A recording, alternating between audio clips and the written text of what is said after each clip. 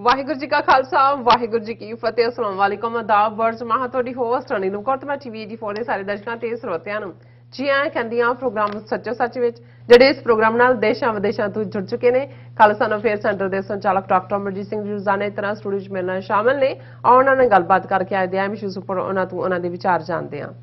ਜੀ ਡਾਕਟਰ ਸਾਹਿਬ ਵਾਹਿਗੁਰੂ ਜੀ ਕਾ ਖਾਲਸਾ ਵਾਹਿਗੁਰੂ ਜੀ ਕੀ ਫਤਿਹ। हाँ जी नीलम कौर जी ਤੁਹਾਨੂੰ ਵੀ ਤੇ ਦੁਨੀਆ ਭਰ ਚ ਬੈਠੇ ਸਾਡੇ ਬਹੁਤ ਹੀ ਪਿਆਰੇ ਸੋਹਣੇ ਸਿਆਣੇ ਟੀਵੀ 84 ਦੇ ਵਿਊਅਰਸ ਨੂੰ ਵੀ ਵਾਹਿਗੁਰੂ ਜੀ ਕਾ ਖਾਲਸਾ ਵਾਹਿਗੁਰੂ ਜੀ ਕੀ ਫਤਿਹ ਤੇ ਸਾਡੇ ਬਹੁਤ ਹੀ ਪਿਆਰੇ ਮੁਸਲਮਾਨ ਭੈਣਾਂ ਭਰਾਵਾਂ ਨੂੰ अस्सलाम वालेकुम। जी डॉक्टर साहब जी आया प्रोग्राम सचो सच विच बहुत शुक्रिया जी डॉक्टर साहब। आज 18 अक्तूबर 2021 4 कतक नानक शाही सम्मत 553 ਦਾ ਦਿਨ ਹੈ ਤੇ ਡਾਕਟਰ ਸਾਹਿਬ ਪ੍ਰੋਗਰਾਮ ਸ਼ੁਰੂ ਕਰਨ ਤੋਂ ਪਹਿਲਾਂ ਅਸੀਂ ਆਪਣੇ ਦਰਸ਼ਕਾਂ ਤੇ ਸਰੋਤਿਆਂ ਨੂੰ ਹਮੇਸ਼ਾ ਤਰ੍ਹਾਂ ਦੱਸੀ ਵਿਊਅਰਸ ਜੇ ਤੁਸੀਂ ਹੱਕ ਸੱਚ ਇਨਸਾਫ ਤੇ ਪਿਆਰਾ ਦਿਨ ਦਾ ਇੱਕੋ ਇੱਕ ਚੈਨਲ ਟੀਵੀ 84 ਨੂੰ ਦੇਖਣਾ ਚਾਹੁੰਦੇ ਹੋ ਤਾਂ ਤੁਸੀਂ ਦੇਖ ਸਕਦੇ ਹੋ ਸਪੈਕਟਰਮ ਕੇਬਲ, ਆਸ਼ੀਨ ਕੇਬਲ, ਬੈਲ 5 ਕੇਬਲ ਕੈਨੇਡਾ, roku, ਜਾਦੂ ਬਾਕਸ, ਸ਼ਾਵਾ, ਫੇਸਬੁੱਕ ਟੀਵੀ 84 ਦੀ ਐਪ ਰਾਹੀਂ online streaming and IP box ਤੇ ਤੁਸੀਂ ਟੀਵੀ 84 ਨੂੰ ਦੇਖ ਸਕਦੇ ਹੋ।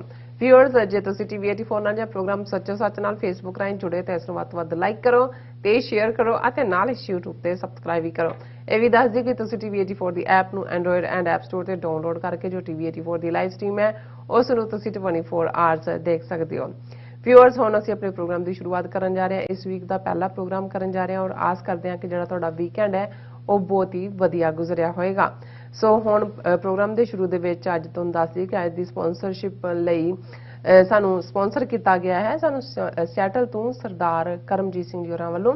ਸੋ ਇਹਨਾਂ ਨੇ ਟੀਵੀ 84 ਦੀ ਚੜ੍ਹਦੀ ਕਲਾ ਲਈ ਅਰਦਾਸ ਕੀਤੀ ਹੈ ਔਰ ਇਹਨਾਂ ਨੇ ਕਿਹਾ ਹੈ ਕਿ ਸਾਰੀ ਜਾਣਕਾਰੀ ਸਾਡੇ ਤੱਕ ਪਹੁੰਚਾਉਣੀ ਬਹੁਤ ਜ਼ਰੂਰੀ ਹੈ। ਸਹੀ ਜਿਹੜੀ ਜਾਣਕਾਰੀ ਹੈ ਸੋ ਟੀਵੀ 84 ਨੇ ਇਹ ਕਾਰਜ ਬਾਖੂਬੀ ਨਿਭਾਇਆ ਹੈ। ਆਜ਼ਾਦ ਮੀਡੀਆ ਸਾਡਾ ਹਥਿਆਰ ਹੈ। ਗੋਦੀ ਮੀਡੀਆ ਦੇ ਪ੍ਰੋਪੇਗੈਂਡੇ ਦੇ ਖਿਲਾਫ ਸਾਡਾ ਸਾਰਿਆਂ ਦਾ ਫਰਜ਼ ਬਣਦਾ ਹੈ ਕਿ ਟੀਵੀ 84 ਦੀ ਵੱਧ ਤੋਂ ਵੱਧ ਮਦਦ ਕੀਤੀ ਜਾਵੇ। ਸਿੱਖ ਮੀਡੀਆ ਤੋਂ ਬਿਨਾਂ ਸਾਡਾ ਗੁਜ਼ਾਰਾ ਨਹੀਂ ਹੋਣਾ। ਸੋ ਅੱਜ ਦੀ ਸਪਾਂਸਰਸ਼ਿਪ ਲਈ ਅਸੀਂ ਕਰਮਜੀਤ ਸਿੰਘ ਜੀ ਹੋਰਾਂ ਦਾ ਤਹਿ ਦਿਲ ਤੋਂ ਧੰਨਵਾਦ ਕਰਦੇ ਹਾਂ ਔਰ ਤੁਹਾਨੂੰ ਵੀ ਅਪੀਲ ਤੇ ਬੇਨਤੀ ਕਰਦੇ ਹਾਂ ਕਿ ਤੁਸੀਂ ਵੀ ਵੱਧ ਤੋਂ ਵੱਧ ਪ੍ਰੋਗਰਾਮ ਸੱਚੋ ਸੱਚ ਨੂੰ ਸਪਾਂਸਰ ਕਰੋ। ਸਪਾਂਸਰਸ਼ਿਪ ਲਈ ਤੁਸੀਂ ਸਾਨੂੰ ਕਾਲ ਕਰ ਸਕਦੇ ਸਾਡੇ ਫੋਨ ਨੰਬਰ ਤੇ 5166191984 ਸੇਮ ਨੰਬਰ ਤੇ WhatsApp ਕਰ ਸਕਦੇ ਹੋ। ਤੁਸੀਂ ਸਾਨੂੰ ਈਮੇਲ ਵੀ ਕਰ ਸਕਦੇ ਹੋ info@tv84.tv ਤੇ।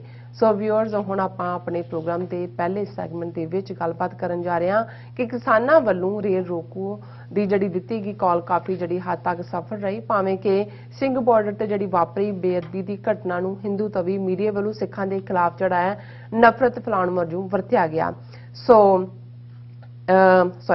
ਸੋ ਇਹਨਾਂ ਨੇ ਜਿੱਦਾਂ ਮਹਾਰਾਸ਼ਟਰ ਸਰਕਾਰ ਵਿੱਚ ਭਾਈਵਾਲ ਐਨਸੀਪੀ ਦੇ ਮੁਖੀ ਅਤੇ ਪ੍ਰਮੁੱਖ ਮਰਾਠਾ ਲੀਡਰ ਸ਼ਰਦ ਪਵਾਰ ਨੇ ਮੋਦੀ ਸਰਕਾਰ ਨੂੰ ਸਲਾਹ ਦਿੱਤੀ ਹੈ ਕਿ ਕਿਸਾਨ ਅੰਦੋਲਨ ਨੂੰ ਗੰਭੀਰਤਾ ਨਾਲ ਲਿਆ ਜਾਵੇ। ਸੋ ਉਹਨਾਂ ਕਿਹਾ ਕਿ ਕਿਸਾਨ ਅੰਦੋਲਨ ਵਿੱਚ ਵੱਡੀ ਗਿਣਤੀ ਵਿੱਚ ਕਿਸਾਨ ਜਿਹੜੇ ਸਰਹੱਦੀ ਸੂਬੇ ਪੰਜਾਬ ਤੋਂ ਹਨ। ਸੋ ਉਹਨਾਂ ਮੋਦੀ ਨੂੰ ਯਾਦ ਕਰਵਾਇਆ ਕਿ ਇੰਦਰਾ ਗਾਂਧੀ ਨੇ ਪੰਜਾਬ ਨੂੰ ਅਪਸੈਟ ਕਰਨ ਦੀ ਜਿਹੜੀ ਕੋਸ਼ਿਸ਼ ਕੀਤੀ ਸੀ ਜਿਸ ਦਾ ਮੁਲਕ ਨੂੰ ਨੁਕਸਾਨ ਹੋਇਆ ਅਤੇ ਉਸ ਨੂੰ ਆਪਣੀ ਜਾਨ ਤੋਂ ਹੱਥ ਧੋਣੇ ਪਏ। ਸੋ ਅਸੀਂ ਸਮਝਦੇ ਹਾਂ ਕਿ ਸ਼ਰਦ ਪਵਾਰ ਨੇ ਠੀਕ ਨਬਜ਼ ਤੇ ਹੱਥ ਰੱਖਿਆ ਹੈ। ਸੋ ਇਸ ਬਾਰੇ ਆਪਾਂ ਗੱਲਬਾਤ ਕਰਨ ਜਾ ਰਹੇ ਹਾਂ। ਸੋ ਅਸੀਂ ਚਾਹਾਂਗੇ ਕਿ ਤੁਸੀਂ ਇਸੇ ਤਰ੍ਹਾਂ ਬਣੇ ਰਹਿਣਾ। ਦੇਖਣ ਸੁਣਨ ਲਈ ਤੁਹਾਡਾ ਸਭ ਦਾ ਬਹੁਤ ਬਹੁਤ ਸ਼ੁਕਰੀਆ। ਜੀ ਡਾਕਟਰ ਸਾਹਿਬ ਕੀ ਵਿਚਾਰ ਹੈ? ਦੇਖੋ ਸਭ ਤੋਂ ਪਹਿਲਾਂ ਤਾਂ ਅਸੀਂ ਆਪਣੇ ਉਹਨਾਂ ਸਾਰੇ ਵਿਊਅਰਸ ਦਾ ਸ਼ੁਕਰੀਆ ਅਦਾ ਕਰਦੇ ਹਾਂ ਜਿਨ੍ਹਾਂ ਨੇ ਸਾਡੇ ਫਰਾਈਡੇ ਜੁਮੇ ਦੇ ਪ੍ਰੋਗਰਾਮ ਦੇ ਉੱਤੇ ਬਹੁਤ ਹੀ ਪੋਜ਼ਿਟਿਵ ਕਮੈਂਟ ਕੀਤੇ। ਜੀ ਖਾਸ ਤੌਰ ਤੇ ਜਿਹੜਾ ਸੈਗਮੈਂਟ ਅਸੀਂ ਜਿਹੜੀ ਅਮਿਤ ਸ਼ਾਹ ਨੇ ਪਾਕਿਸਤਾਨ ਨੂੰ ਸਰਜੀਕਲ ਸਟ੍ਰਾਈਕਸ ਦੀ ਧਮਕੀ ਦਿੱਤੀ ਪਾਕਿਸਤਾਨ ਦਾ ਉਸ ਦੇ ਉੱਤੇ ਰਿਸਪੌਂਸ ਤੇ ਸਾਡਾ ਉਸ ਨੂੰ ਲਾਇਆ ਤੜਕਾ ਸਾਡੇ ਵਿਊਅਰਸ ਨੂੰ ਬਹੁਤ ਪਸੰਦ ਆਇਆ ਔਰ ਬਹੁਤ ਵੱਡੀ ਗਿਣਤੀ ਦੇ ਵਿੱਚ ਉਸ ਦੇ ਉੱਤੇ ਕਮੈਂਟ ਨੇ ਔਰ ਅਸੀਂ ਸ਼ੁਕਰੀਆ ਤੋਂ ਬਿਨਾਂ ਹੋਰ ਤਾਂ ਸਾਡੇ ਕੋਲ ਕੋਈ ਲਫ਼ਜ਼ ਨਹੀਂ ਹੈ। ਪਰ ਤੁਸੀਂ ਜਦੋਂ ਵੀ ਸਿਫਤ ਕਰਦੇ ਹੋ ਜਾਂ ਤੁਹਾਨੂੰ ਲੱਗਦਾ ਹੈ ਕਿ ਅਸੀਂ ਰਾਈਟ ਔਨ ਦਾ ਮਾਰਕ ਹਾਂ ਜਾਂ ਜਿਹਨੂੰ ਅਮਰੀਕਨ ਕਹਿੰਦੇ ਨੇ ਟੂ ਹਿੱਟ ਦਾ ਬੁਲਜ਼ ਆਈ ਤੇ ਸਾਨੂੰ ਚੰਗਾ ਲੱਗਦਾ ਹੈ ਵੀ ਸਾਡਾ ਨਿਸ਼ਾਨਾ ਜਿਹੜਾ ਹੈ ਉਹ ਠੀਕ ਟਿਕਾਣੇ ਲੱਗਦਾ ਹੈ ਤੁੱਕਾ ਨਹੀਂ ਹੈ ਤੀਰ ਹੈ। ਅੱਜ ਦਾ ਪ੍ਰੋਗਰਾਮ ਜਿਵੇਂ ਤੁਸੀਂ ਦੱਸਿਆ ਕਿ ਵੀਰ ਕਰਮਜੀਤ ਸਿੰਘ ਸਿਆਟਲ ਉਹਨਾਂ ਵੱਲੋਂ ਸਪਾਂਸਰ ਕੀਤਾ ਗਿਆ। ਜਦੋਂ ਅਸੀਂ ਸਿਆਟਲ ਫੇਰੀ ਤੇ ਗਏ ਉਦੋਂ ਹੀ ਇਹ ਸਾਰੇ ਸਾਡੇ ਸਪਾਂਸਰ ਵੀਰ ਜਿਹੜੇ ਨੇ ਜਿਨ੍ਹਾਂ ਨੂੰ ਤੁਸੀਂ ਪੜ੍ਹਦੇ ਹੋ ਇਹਨਾਂ ਦਿਨਾਂ ਦੇ ਵਿੱਚ ਉਹਨਾਂ ਵੱਲੋਂ ਜਿਹੜਾ ਕੰਟਰੀਬਿਊਟ ਕੀਤਾ ਗਿਆ ਸੀ ਇਸ ਪਾਸੇ ਸੋ ਉਹਨਾਂ ਨੇ ਆ ਕੇ ਗੁਫ਼ਤਗੂ ਵੀ ਕੀਤੀ। ਚੰਗਾ ਲੱਗਦਾ ਹੈ ਕਿ ਇੱਕ ਪਾਸੇ ਜਿਹੜੇ ਵੀਰ ਇਸ ਸਮਰੱਥ ਨੇ, ਬਿਲਕੁਲ ਉਹਨਾਂ ਦੇ ਕੋਲ ਰਿਸੋਰਸ ਨੇ, ਪਰ ਜਿਹੜੇ ਨਾਲ ਇੰਟੈਲੈਕਚੁਅਲ ਲੈਵਲ ਦੇ ਉੱਤੇ ਵੀ ਸਾਰੇ ਇਸ਼ੂਜ਼ ਨੂੰ ਸਮਝਦੇ ਨੇ। ਟੀਵੀ 84 ਕਿਵੇਂ ਇੱਕ ਇੰਟੈਲੈਕਚੁਅਲ ਸਪਿਨ ਦੇ ਨਾਲ ਜਿਹੜਾ ਆਪਣੀ ਗੱਲ ਨੂੰ ਪਹੁੰਚਾਉਂਦਾ ਹੈ, ਔਰ ਇਸ ਦਾ ਅਸਰ ਦੇਖਿਆ ਜਾਂਦਾ ਹੈ ਕਿਉਂਕਿ ਜਿਵੇਂ ਸਿੰਘੂ ਬਾਰਡਰ ਘਟਨਾ ਹੁੰਦੀ ਹੈ, ਜਿਹੜੇ ਸਰਬਲੋ ਗ੍ਰੰਥ ਦੀ ਬੇਅਦਬੀ ਔਰ ਉਸ ਨੂੰ ਲੈ ਕੇ ਨਿਹੰਗ ਸਿੰਘਾਂ ਵੱਲੋਂ ਕੀਤੀ ਗਈ ਜਿਹੜੀ ਬੇਅਦਬੀ ਨੂੰ ਰੋਕਣ ਲਈ ਕਾਰਵਾਈ, ਉਹ ਅਜੇ ਵਾਪਰਿਆ ਹੀ ਸੀ। ਫਰਾਈਡੇ ਹੀ ਮੇਨ ਸਾਰੇ ਪਾਸੇ ਜਾ ਰਿਹਾ ਸੀ ਔਰ ਮੈਂ ਵੀ ਇਸ ਬਾਰੇ ਫਿਕਰਮੰਦ ਸੀ ਕਿ ਵੀ ਇਸ ਘਟਨਾ ਨੂੰ ਜਿਸ ਕਿਸਮ ਦੀ ਸਪਿਨ ਮਿਲ ਰਹੀ ਹੈ ਜੀ, ਇਹ ਤਾਂ ਨੁਕਸਾਨਦੇਹ ਹੋਏਗੀ। ਸੋ ਸਾਨੂੰ ਆਪਣੇ ਸਿੱਖੀ ਨੁਕਤਾ ਨਿਗਾਹ ਤੋਂ ਆਪਣੀ ਪਰੰਪਰਾ, ਇਤਿਹਾਸ ਔਰ ਜੋ ਕੁਝ 2015 ਤੋਂ 2021 ਤੱਕ ਪਿਛਲੇ 7 ਸਾਲ ਤੋਂ ਵਾਪਰ ਰਿਹਾ, ਉਹਦੀ ਰੌਸ਼ਨੀ ਵਿੱਚ ਬੈਲੈਂਸਡ ਆਪਣਾ ਹੀ ਗੱਲ ਕਰਨੀ ਚਾਹੀਦੀ ਹੈ। ਸੋ ਜ਼ਾਹਰ ਹੈ ਕਿ ਅਸੀਂ ਫਰਾਈਡੇ ਇੱਕ ਸੈਗਮੈਂਟ ਜਿਹੜਾ ਹੈ ਉਹ ਇਸ ਦੇ ਉੱਤੇ ਹੀ ਕੀਤਾ। ਸਾਡਾ ਜਿਹੜਾ ਉਹ ਆਲਮੋਸਟ ਉਸ ਸੈਗਮੈਂਟ ਨੂੰ ਨਾ ਸਿਰਫ ਪਸੰਦ ਕੀਤਾ ਗਿਆ ਪਰ ਬਹੁਤ ਸਾਰੇ ਫਿਰ ਬਾਅਦ ਦੇ ਵਿੱਚ ਜਿਹੜੇ ਕੋਈ ਟਿਕਟੌਕ ਹੋਏ, ਕੋਈ YouTube ਤੇ ਹੋਰ ਨਜ਼ਰੀਆ ਦੇ ਥੱਲੇ ਵਿਊ ਪੁਆਇੰਟਸ ਹੋਣ, ਉਹ ਆਲਮੋਸਟ ਉਹਨੂੰ ਹੀ ਕੈਰੀ ਕਰ ਰਹੇ ਸੀ। ਔਰ 2-3 ਖਾਸ ਮੀਡੀਆ ਪੋਰਟਲਸ ਵਾਲਿਆਂ ਨੇ ਕਾਲ ਕਰਕੇ ਧੰਨਵਾਦ ਵੀ ਕੀਤਾ। ਉਹਨਾਂ ਨੇ ਕਿਹਾ ਜੀ ਵੀ ਆਰ ਇਨ ਅ ਫਿਕਸ, ਸਾਨੂੰ ਨਹੀਂ ਸੀ ਪਤਾ ਲੱਗ ਰਿਹਾ ਵੀ ਅਸੀਂ ਇਸ ਨੂੰ ਕੰਡੈਮ ਤਾਂ ਕਰ ਨਹੀਂ ਸੀ ਸਕਦੇ, ਪਰ ਸ਼ਲਾਘਾ ਵੀ ਕਰਨੀ ਕਿਤੇ ਵੀ ਜਦੋਂ ਕੋਈ ਮਰਡਰ ਹੁੰਦਾ ਹੈ। ਔਰ ਜਿਹੜੀ ਸਪਿਨ ਇੱਕਦਮ ਹਿੰਦੂਤਵੀ ਮੀਡੀਆ ਵੱਲੋਂ ਔਰ ਫਿਰ ਦਲਿਤ ਫੈਕਟਰ ਨਾਲ ਜੋੜ ਕੇ ਔਰ ਜਿਵੇਂ ਪੋਲਰਾਈਜੇਸ਼ਨ ਦੀ ਗੱਲ, ਸੋ ਇਹੀ ਗੱਲ ਵੀਰ ਕਰਮਜੀਤ ਸਿੰਘ ਹੋਰਾਂ ਨੇ ਕਹੀ ਹੈ ਕਿ ਟੀਵੀ 84 ਦਾ ਇੱਕ ਬੈਲੈਂਸਡ ਨਜ਼ਰੀਆ ਹੁੰਦਾ ਹੈ। ਉਹ ਸਿੱਖੀ ਵੈਲਿਊਜ਼ ਨੂੰ ਆਧਾਰ ਬਣਾ ਕੇ ਟੀਵੀ 84 ਦੀ ਪਹੁੰਚ ਹੁੰਦੀ ਹੈ, ਪਰ ਇੰਨਾ ਕੁ ਉਸ ਦੇ ਵਿੱਚ ਮੈਟੀਰੀਅਲ ਹੁੰਦਾ ਹੈ ਜਿਹਦੇ ਥੱਲੇ ਫਿਰ ਬਾਕੀਆਂ ਨੂੰ ਇਹ ਮੌਕਾ ਮਿਲ ਜਾਂਦਾ ਹੈ ਕਿ ਉਹ ਦੁਸ਼ਮਣ ਨੂੰ ਜਿਹੜਾ ਉਹ ਚਿੱਤ ਕਰ ਸਕਣ। ਸੋ ਅਸੀਂ ਵੀਰ ਕਰਮਜੀਤ ਸਿੰਘ ਜੀ ਦਾ ਸ਼ੁਕਰੀਆ ਅਦਾ ਕਰਦੇ। ਵੀਕਐਂਡ ਦੀਆਂ ਘਟਨਾਵਾਂ ਦੇ ਵਿੱਚ 2 ਮੁੱਖ ਖਬਰਾਂ, ਇੱਕ ਜਿਹੜੀ ਵੀਕਐਂਡ ਤੇ ਸੀ ਔਰ ਫਾਈਨੈਂਸ਼ੀਅਲ ਟਾਈਮਜ਼ ਦੇ ਹਵਾਲੇ ਨਾਲ ਸੀ ਕਿ ਚਾਈਨਾ ਨੇ ਨਿਊਕਲੀਅਰ ਕੈਪੇਬਲ ਹਾਈਪਰਸੋਨਿਕ ਜਿਹੜੀ ਮਿਸਾਈਲ ਹੈ ਉਹ ਦਾਗੀ ਹੈ। ਇਹ ਬਹੁਤ ਵੱਡੀ ਬ੍ਰੇਕ ਥਰੂ, ਕਿਉਂਕਿ ਇਸ ਵੇਲੇ ਜਦੋਂ ਕਿ ਅਮਰੀਕਾ ਵਰਸਸ ਚਾਈਨਾ ਦੁਨੀਆ 2 ਖੈਮਿਆਂ ਦੇ ਵਿੱਚ ਵੰਡੀ ਹੋਈ ਹੈ ਔਰ ਸਾਊਥ ਚਾਈਨਾ ਸੀ ਹੋਏ ਜਾਂ ਇੰਡੋ ਪੈਸੀਫਿਕ ਹੋਏ ਜਾਂ ਕੁੱਲ ਮਿਲਾ ਕੇ 1 ਬੈਲਟ 1 ਰੋਡ ਦਾ ਪਾਰਟ ਹੋਏ ਜਾਂ ਈਵਨ ਅਫਗਾਨਿਸਤਾਨ, ਔਰ ਇਸ ਸਾਰੇ ਨੂੰ ਲੈ ਕੇ ਇਸ ਵੇਲੇ ਰੱਸਾਕਸ਼ੀ ਚੱਲ ਰਹੀ ਹੈ ਕਿ ਕੌਣ ਕਿਹਦੇ ਨਾਲ ਹੈ। ਔਰ ਇਸ ਸਾਰੇ ਦੇ ਵਿੱਚ ਇਸ ਖਬਰ ਦਾ ਆਣਾ ਇਹ ਅਮਰੀਕਨ ਇੰਟੈਲੀਜੈਂਸ ਕਮਿਊਨਿਟੀ ਦੇ ਲਈ ਵੀ ਇੱਕ ਸੁੰਨ ਕਰ ਦੇਣ ਵਾਲੀ ਖਬਰ ਸੀ। ਮੈਂ ਡਿਟੇਲ 'ਚ ਨਹੀਂ ਜਾਵਾਂਗਾ ਕਿ ਸੁਪਰਸੋਨਿਕ ਕੀ ਹੁੰਦਾ ਹੈ ਤੇ ਕਿੰਨੇ ਟਾਈਪ ਦੀਆਂ ਔਰ ਉਹਨਾਂ ਦੀ ਜਿਹੜੀ ਹੈ ਉਹ ਕਿਸ ਤੇਜ਼ੀ ਦੇ ਨਾਲ ਇਹ ਸਾਰੀਆਂ ਜਾਂਦੀਆਂ ਨੇ। ਸਿਰਫ ਇਹੀ ਮੈਂ ਦੱਸਣਾ ਚਾਹੁੰਦਾ ਕਿ ਵੀ ਇਸ ਗੱਲ ਨੇ ਈਵਨ ਅਮਰੀਕਾ ਨੂੰ ਵੀ ਬਹੁਤ, ਉਹਨਾਂ ਦੀ ਇੰਟੈਲੀਜੈਂਸ ਕਮਿਊਨਿਟੀ ਨੂੰ ਖਾਸ ਤੌਰ ਤੇ ਹੈਰਾਨੀ 'ਚ ਪਾਇਆ। ਹਾਲਾਂਕਿ ਅੱਜ ਜਦੋਂ ਅਸੀਂ ਇਹ ਗੱਲ ਕਰ ਰਹੇ ਹਾਂ, ਚਾਈਨਾ ਨੇ ਇਸ ਗੱਲ ਤੋਂ ਡਿਨਾਈ ਕੀਤਾ ਕਿ ਉਹਨਾਂ ਨੇ ਕੋਈ hypersonic nuclear capable missile test ਕੀਤੀ ਹੈ। ਹਾਲਾਂਕਿ ਇਹ ਖਬਰ ਤਾਂ ਪਿਛਲੇ ਦਿਨਾਂ ਦੇ ਹਵਾਲੇ ਨਾਲ ਸੀ ਕਿ ਇਹ ਜਿਵੇਂ ਫਾਈਨੈਂਸ਼ੀਅਲ ਟਾਈਮਜ਼ ਨੇ ਕਿਹਾ ਕਿ ਅਗਸਤ ਮਹੀਨੇ 'ਚ ਉਹਨਾਂ ਨੇ ਕੀਤੀ। ਚਾਈਨਾ ਨੇ ਕਿਹਾ ਵੀ ਇਹ ਇੱਕ ਰੂਟੀਨ ਜਿਹੜੀ ਹੈ ਸਪੇਸ ਕ੍ਰਾਫਟ ਚੈੱਕ ਸੀ। ਸੋ ਅਸੀਂ ਸਮਝਦੇ ਹਾਂ ਵੀ ਫਾਈਨੈਂਸ਼ੀਅਲ ਟਾਈਮਜ਼ ਕ੍ਰੈਡੀਬਲ ਸੋਰਸ ਤੋਂ ਬਿਨਾਂ ਇਸ ਕਿਸਮ ਦੀ ਖਬਰ ਨਹੀਂ ਦੇ ਸਕਦਾ ਤੇ ਚਾਈਨਾ ਦਾ ਡਿਨਾਈ ਕਰਨਾ ਵੀ ਬਣਦਾ ਹੈ ਕਿਉਂਕਿ ਹਥਿਆਰਾਂ ਦੇ ਮਾਮਲੇ 'ਚ ਸਰਪ੍ਰਾਈਜ਼ ਜਿਹੜਾ ਉਹ ਸਭ ਤੋਂ ਵੱਡਾ ਹਥਿਆਰ ਹੁੰਦਾ ਹੈ। ਜਿਵੇਂ ਜੇ ਅਮਰੀਕਾ ਦੇ ਕੋਲ ਐਟਮ ਬੰਬ ਨਾ ਹੁੰਦੇ ਜਿਹੜੇ ਇਹਨਾਂ ਨੇ ਹੀਰੋਸ਼ੀਮਾ ਨਾਗਾਸਾਕੀ ਤੇ ਸੁੱਟੇ, ਕਿਉਂਕਿ ਜਰਮਨ ਔਰ ਅਮਰੀਕਾ ਦੇ ਵਿਚਾਲੇ ਇਹ ਸਸਪੈਂਸ ਹੀ ਸੀ ਕਿਉਂਕਿ ਉਹ ਵੀ ਤਿਆਰ ਕਰਨ ਤੇ ਲੱਗੇ ਹੋਏ ਸੀ, ਅਮਰੀਕਾ ਵੀ ਤਿਆਰ ਕਰਨ ਤੇ ਲੱਗਾ ਹੋਇਆ ਸੀ। ਸ਼ਾਇਦ ਜਰਮਨ ਨੂੰ ਇਹ ਭੁਲੇਖਾ ਸੀ ਕਿ ਵੀ ਅਮਰੀਕਾ ਨੇ ਅਜੇ ਨਹੀਂ ਡਿਵੈਲਪ ਕੀਤੇ ਤੇ ਅਮਰੀਕਾ ਨੂੰ ਇਹ ਸੀ ਜਦੋਂ ਕਿ ਪਹਿਲੇ 2-2.5 ਸਾਲ ਅਮਰੀਕਾ ਜੰਗ ਦਾ ਹਿੱਸਾ ਨਹੀਂ ਬਣਿਆ ਕਿ ਭਾਈ ਸ਼ਾਇਦ ਜਰਮਨ ਨੇ ਡਿਵੈਲਪ ਕੀਤੇ ਹੋਏ ਨੇ। ਸੋ ਇਵੈਂਚੁਅਲੀ ਜਦੋਂ ਜਰਮਨ ਦੀ ਮਾਸਕੋ ਔਰ ਦੂਸਰੇ 'ਚ ਹਾਰ ਹੁੰਦੀ ਹੈ, ਅਮਰੀਕਾ ਨੂੰ ਵੀ ਸਮਝ ਆ ਗਈ ਕਿ ਵੀ ਇਹ ਜਾਪਾਨ ਦਾ ਜੇ ਸਰੈਂਡਰ ਲੈਣਾ ਤੇ ਜੇ ਜਰਮਨ ਕੋਲ ਹੁੰਦੇ ਤਾਂ ਹੁਣ ਤੱਕ ਉਹਨਾਂ ਨੇ ਬਾਕੀ ਸਾਰੇ ਇਸਤੇਮਾਲ ਕਰ, ਇਹਦਾ ਮਤਲਬ ਨਹੀਂ ਹੈ। ਸੋ ਪੋਸੀਬਲ ਹੈ ਕਿ ਚਾਈਨਾ ਜਿਹੜਾ ਇਹ ਪ੍ਰਭਾਵ ਨਹੀਂ ਦੇਣਾ ਚਾਹੁੰਦਾ ਕਿ ਇਸ ਲੈਵਲ ਦੇ ਉੱਤੇ ਇਸ ਵੇਲੇ ਜਿਹੜੀ ਇੱਕ ਅੱਗੇ ਤਾਂ ਹਥਿਆਰਾਂ ਦੀ ਦੌੜ ਇਸ ਧਰਤੀ ਤੇ ਸੀ, ਫਿਰ ਨਿਊਕਲੀਅਰ ਕੱਲੇ ਬੰਬਸ ਦੀ ਗੱਲ ਨਹੀਂ ਆਈ, ਫਿਰ ਤਾਂ ਹੋਇਆ ਕਿ ਵੀ ਮਿਸਲ ਸਿਸਟਮ ਜਿਹਨੂੰ ਮਿਜ਼ਾਈਲ ਕਹਿੰਦੇ ਨੇ ਕਿ ਵੀ ਡਿਲੀਵਰੀ ਸਿਸਟਮ ਕੀ ਹੈ, ਕਿਹਦੇ ਕੋਲ ਫਾਈਨ ਹੈ, ਕਿਹਦੇ ਕੋਲ ਬਹੁਤ ਛੋਟੇ ਸਟ੍ਰੈਟੇਜਿਕ ਨਿਊਕਲੀਅਰ ਵੈਪਨ ਨੇ। ਫਿਰ ਪਾਣੀਆਂ ਦੀ ਗੱਲ ਬੇੜਿਆਂ ਦੀ ਹੋਣ ਲੱਗ ਗਈ। ਫਿਰ ਸਪੇਸ ਦੀ ਵੈਸੇ ਸੀ ਕਿ ਚੰਦਰਮਾ ਤੇ ਸੋਵੀਅਤ ਯੂਨੀਅਨ ਪਹੁੰਚੇਗਾ, ਅਮਰੀਕਾ ਪਹੁੰਚੇਗਾ। ਪਹਿਲਾ ਬੰਦਾ ਅਮਰੀਕਾ ਨੇ ਰਸ਼ੀਆ ਨੇ ਸੋਵੀਅਤ ਯੂਨੀਅਨ ਜਿਹਦਾ ਨਾਂ ਸੀ ਜ਼ਾਹਰ ਹੈ ਯੂਰੀ ਗਾਗਰਿਨ ਸਪੇਸ ਦੇ ਵਿੱਚ ਭੇਜਿਆ। ਪਹਿਲਾਂ ਬਾਂਦਰ ਵੀ ਭੇਜੇ, ਫਿਰ ਉਹ ਭੇਜਿਆ। ਪਰ ਜਦੋਂ ਉਸ ਕੰਪੀਟੀਸ਼ਨ 'ਚ ਫਾਈਨਲ ਪਹਿਲੇ ਪੈਰ ਜੇ ਇਸ ਪਲੈਨਟ ਦੇ ਕਿਸੇ ਇਨਸਾਨ ਦੇ ਚੰਦਰਮਾ ਤੇ ਪਏ ਤੇ ਉਹ ਅਮਰੀਕਨ ਸੀ, ਨੀਲ ਆਰਮਸਟਰੋਂਗ। ਸੋ ਉਸ ਤੋਂ ਅੱਗੇ ਫਿਰ ਮਾਰਸ ਦੀ ਦੌੜ ਸ਼ੁਰੂ ਹੋ ਗਈ, ਮੰਗਲ ਦੀ ਹੋ ਗਈ। ਇਹ ਵੱਖਰੀ ਗੱਲ ਹੈ ਕਿ ਇੰਡੀਆ ਵਾਲੇ ਤਾਂ ਅਜੇ ਤੱਕ ਮੰਗਲ ਨੂੰ ਬੜਾ ਖਤਰਨਾਕ ਦੱਸ ਕੇ ਕੁੰਡਲੀਆਂ ਦੇਖਦੇ ਨੇ ਕਿ ਕਿਹੜੀ ਕੁੜੀ ਮੰਗਲੀਕ ਹੈ ਤੇ ਕਿਹਦਾ ਰਿਸ਼ਤਾ ਕਿੱਥੇ ਹੋਣਾ ਹੈ, ਤੇ ਅਜੇ ਵੀ ਜਿਹੜਾ ਉਹ ਕਿਤੇ ਕਾਲੇ ਮਾਂ ਤੇ ਕਿਤੇ ਦੂਜੇ ਗ੍ਰਹਿ ਟਾਲਣ ਤੇ ਲੱਗੇ ਹੋਏ ਨੇ।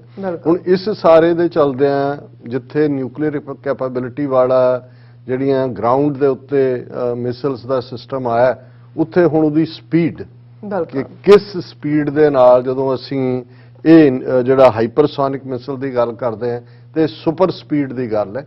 ਸੋ ਜ਼ਾਹਰ ਹੈ ਕਿ ਵੀ ਚਾਈਨਾ ਨਾ ਸਿਰਫ ਇੱਕ ਪਾਸੇ ਇਕਨੋਮੀ ਦੇ ਹਵਾਲੇ ਨਾਲ ਉਹਦੀ $15 ਟ੍ਰਿਲੀਅਨ ਦੀ ਇਕਨੋਮੀ, ਬੇਸ਼ੱਕ ਅਮਰੀਕਾ ਤੋਂ ਪਿੱਛੇ ਹੈ ਕਾਫੀ, ਲੇਕਿਨ ਜੇ ਮਿਲੀਟੈਰਲੀ ਚਾਈਨਾ ਦਾ ਇਹ ਜਿਹੜਾ ਪਾਰਟ ਹੈ, ਜਿਹੜੀ ਖਬਰ ਇਸ ਨਾਲ ਜੁੜੀ ਹੋਈ ਹੈ ਹੁੰਦਾ ਤੇ ਇਹ ਇਸ ਤੋਂ ਇਹ ਲੱਗਦਾ ਹੈ ਕਿ ਇੱਕ ਨਵੀਂ ਰੇਸ, ਉਹ ਤਾਂ ਰੇਸ ਤਾਂ ਚੱਲ ਹੀ ਰਹੀ ਹੈ, ਲੇਕਿਨ ਚਾਈਨਾ ਦਾ ਜਿਹੜਾ ਪ੍ਰਭਾਵ ਹੈ ਦੁਨੀਆ ਦੇ ਵਿੱਚ, ਇਹ ਖਬਰ ਉਹਨੂੰ ਜਿਹੜਾ ਉਹਦੇ ਮਿਲਟਰੀ ਮਾਈਟ ਦੇ ਐਂਗਲ ਤੋਂ ਵਧਾਉਣ ਵਾਲੀ ਹੈ। ਸੈਕੰਡਲੀ ਜਿਹੜੇ ਵੱਡੇ ਵੱਡੇ ਤਾਕਤਵਰ ਲੋਕ ਹੁੰਦੇ ਨੇ, ਅਲਟੀਮੇਟਲੀ ਜਾਣਾ ਤਾਂ ਹਰ ਇੱਕ ਨਹੀਂ ਹੈ, ਲੇਕਿਨ ਕਈ ਵਾਰ ਅੱਜ ਜਦੋਂ ਅਸੀਂ ਇਹ ਖਬਰ ਦੇਖ ਰਹੇ ਹਾਂ ਕਿ ਅਮਰੀਕਾ ਦੇ ਸਾਬਕਾ ਫੌਜੀ ਜਨਰਲ ਕੋਲਿਨ ਪਾਵੈਲ, ਜਿਹੜੇ ਸੈਕਟਰੀ ਆਫ ਸਟੇਟ ਵੀ ਰਹੇ ਪ੍ਰੈਜ਼ੀਡੈਂਟ ਬੁਸ਼, ਜੂਨੀਅਰ ਬੁਸ਼, 2000 ਦੇ ਵਿੱਚ ਜਦੋਂ ਉਹ ਪ੍ਰੈਜ਼ੀਡੈਂਟ ਬਣਦਾ ਇੱਕਦਮ 9/11 ਵੀ ਹੁੰਦਾ। ਸੋ ਅਮਰੀਕਾ ਦੀ ਹਿਸਟਰੀ 'ਚ ਪਹਿਲੇ ਅਫਰੀਕਨ ਅਮਰੀਕਨ ਜਨਰਲ ਕੋਲਿਨ ਪਾਵੈਲ, ਵੈਸੇ ਤਾਂ ਅਫਰੀਕਨ ਅਮਰੀਕਨ 'ਚ 95% ਆਲਮੋਸਟ ਡੈਮੋਕ੍ਰੈਟ ਹੀ ਹੁੰਦੇ ਨੇ, ਲੇਕਿਨ ਇਹ ਜਿਹੜੇ ਨੇ ਥੋੜਾ ਬਹੁਤ ਮਿਕਸ ਹੈਰੀਟੇਜ ਵੀ ਸੀ, ਪਰ ਅਫਰੀਕਨ ਅਮਰੀਕਨ ਹੀ ਵੱਜਦੇ ਸੀ ਕੋਲਿਨ ਪਾਵੈਲ। ਉਹ ਅਮਰੀਕਾ ਦੀ ਹਿਸਟਰੀ 'ਚ ਪਹਿਲੇ ਸੈਕਟਰੀ ਆਫ ਸਟੇਟ ਬਣੇ, ਜਿਹਨੂੰ ਸਾਡੇ ਸਾਊਥ ਏਸ਼ੀਅਨ ਪਾਰਲੇ 'ਚ ਫੋਰਨ ਮਿਨਿਸਟਰ ਕਿਹਾ ਜਾਂਦਾ ਹੈ ਜਾਂ ਵਿਦੇਸ਼ ਮੰਤਰੀ ਕਿਹਾ ਜਾਂਦਾ ਹੈ। ਔਰ ਜ਼ਾਹਰ ਹੈ ਕੋਲਿਨ ਪਾਵੈਲ ਇੱਕ ਰਿਪਬਲਿਕਨ ਵੀ ਔਰ ਇੱਕ ਅਫਰੀਕਨ ਅਮਰੀਕਨ ਦੇ ਤੌਰ ਤੇ ਵੀ, ਜਨਰਲ ਦੇ ਤੌਰ ਤੇ ਵੀ ਇੱਕ ਕਲੀਨ ਇਮੇਜ ਦੇ ਨਾਲ, ਔਰ ਇੱਥੇ ਨਿਊਯਾਰਕ ਦੀ ਯੂਨੀਵਰਸਿਟੀ 'ਚੋਂ ਹੀ ਉਹ ਪੜ੍ਹ ਕੇ ਗਏ ਹੋਏ ਸੀ। ਲੇਕਿਨ ਮੈਂ ਸਮਝਦਾ ਵੀ ਕਈ ਵਾਰ ਜਦੋਂ ਤੁਸੀਂ ਪੋਲਿਟਿਕਸ ਦੇ ਗੇੜ 'ਚ ਆਉਂਦੇ ਹੋ ਤੇ ਤੁਹਾਡੀ ਲਾਇਲਟੀ ਆਪਣੇ ਜਿਹੜੀ ਤੁਹਾਡੀ ਟੀਮ ਹੁੰਦੀ ਆ ਉਹਦੇ ਨਾਲ ਹੁੰਦੀ ਹੈ, ਤੇ ਉਦੋਂ ਕਈ ਵਾਰੀ ਤੁਹਾਡੀ ਸ਼ਖਸੀਅਤ ਦੇ ਖਿਲਾਫ ਵੀ ਤੁਹਾਨੂੰ ਭੁਗਤਾਇਆ ਜਾਂਦਾ ਹੈ, ਜਿਹੜਾ ਤੁਹਾਨੂੰ ਭਾਵੇਂ ਨਿੱਜੀ ਲੈਵਲ ਤੇ ਪਤਾ ਵੀ ਹੋਏ ਕਿ ਇਹ ਗਲਤ ਹੈ, ਪਰ ਕਿਉਂਕਿ ਤੁਹਾਡੇ ਸਾਹਮਣੇ ਜਦੋਂ ਨੇਸ਼ਨ ਦੇ ਇੰਟਰਸਟ ਰੱਖੇ ਜਾਂਦੇ ਨੇ ਤੇ ਫਿਰ ਜਿਹੜਾ ਤੁਸੀਂ ਵੀ ਭੁੱਲ ਜਾਂਦੇ ਹੋ। ਔਰ ਮੈਂ ਸਮਝਦਾ ਵੀ ਅਦਰਵਾਈਜ਼ ਕੋਈ ਜਨਰਲ ਪਾਵੈਲ ਦਾ ਇੱਕੋ ਹੀ ਟਰਮ ਉਹ ਸੈਕਟਰੀ ਆਫ ਸਟੇਟ ਰਹੇ, ਸੈਕੰਡ ਟਰਮ ਵੇਲੇ ਫਿਰ ਦੂਸਰੀ ਅਫਰੀਕਨ ਅਮਰੀਕਨ ਕੋਂਡੋਲੀਸਾ ਰਾਈਸ ਜਿਹੜੀ ਹੈ ਉਹਨਾਂ ਨੂੰ ਬੁਸ਼ ਨੇ ਬਣਾਇਆ ਸੀ। ਸੋ ਇੱਕੋ ਟਰਮ ਵੇਲੇ 9/11 ਹੋਇਆ ਸੀ, ਔਰ ਜਦੋਂ ਅਸੀਂ ਦੁਨੀਆ ਦੇ ਮੁਲਕਾਂ ਨੂੰ ਅਫਗਾਨਿਸਤਾਨ ਦੇ ਖਿਲਾਫ ਲਾਮਬੰਦ ਕਰਨ 'ਚ ਦੇਖਦੇ ਹਾਂ, ਉਹਦੇ 'ਚ ਉਹ ਸਕਸੈਸਫੁਲ ਰਹੇ। ਔਰ ਜਿਹੜੀ ਕਨਵਰਸੇਸ਼ਨ ਵੀ ਪਾਕਿਸਤਾਨ ਦੇ ਹਵਾਲੇ ਨਾਲ ਅਕਸਰ ਹੁੰਦੀ ਹੈ ਕਿ ਵੀ ਉੱਥੇ ਪਰਵੇਜ਼ ਮੁਸ਼ਰਫ ਸੀ, ਔਰ ਇਹ ਜਨਰਲ ਪਾਵੈਲ ਨੇ ਕਾਲ ਕਰਕੇ ਇਹ ਕਿਹਾ ਸੀ ਕਿ we either you are with us or against ਅਸ। ਇਹ ਬੇਸ਼ੱਕ ਸਟੇਟਮੈਂਟ ਤਾਂ ਬੁਸ਼ ਦੀ ਹੈ, ਲੇਕਿਨ ਉਹਨੇ ਕਨਵੇ ਕੀਤਾ ਸੀ ਪਾਵੈਲ ਨੇ ਪਾਕਿਸਤਾਨ ਦੇ ਮੁਸ਼ਰਫ ਨੂੰ ਕਿ ਵੀ ਜਾਂ ਤੁਸੀਂ ਸਾਨੂੰ ਜੁਆਇਨ ਕਰੋ, otherwise will make A parking lot out of Pakistan. ਇਸ ਕਿਸਮ ਦੀ ਕੋਟ ਕੀਤੀ ਜਾਂਦੀ ਹੈ। ਔਰ ਮੁਸ਼ਰਫ ਨੇ ਵੀ ਬਿਨਾਂ ਕੋਈ ਜਿਹੜਾ ਉਹ ਰਿਆਇਤ ਲਿਆ, ਕੋਈ ਕਰਜ਼ਾ ਮਾਫ ਕਰਵਾਇਆ ਜਾਂ ਕੋਈ ਹੋਰ ਕਸ਼ਮੀਰ ਦੀ ਗੱਲ ਕੀਤਿਆਂ, ਜਿਹੜਾ ਉਹ ਆਲਮੋਸਟ ਆਪਣੇ ਗੋਡੇ ਟੇਕ ਦਿੱਤੇ ਸੀ। ਔਰ ਜ਼ਾਹਰ ਹੈ ਇਹਦੇ ਪਿੱਛੇ ਇਹ ਵੀ ਰੀਜ਼ਨ ਹੋਏਗਾ ਕਿ ਆਲਰੇਡੀ UN ਸਿਕਿਉਰਿਟੀ ਕੌਂਸਲ ਦਾ ਰੈਜ਼ੋਲੂਸ਼ਨ ਜਿਹੜਾ ਹੈ ਉਹ ਇਸ ਮੁੱਦੇ ਤੇ ਆ ਚੁੱਕਾ ਸੀ ਔਰ ਉਹਨੂੰ ਵਾਇਲੇਟ ਕਰਨਾ ਸ਼ਾਇਦ ਸੌਖਾ ਨਾ ਹੁੰਦਾ, ਲੇਕਿਨ ਇਹ ਇੱਕ ਡਿਬੇਟ ਰਹਿ ਗਈ।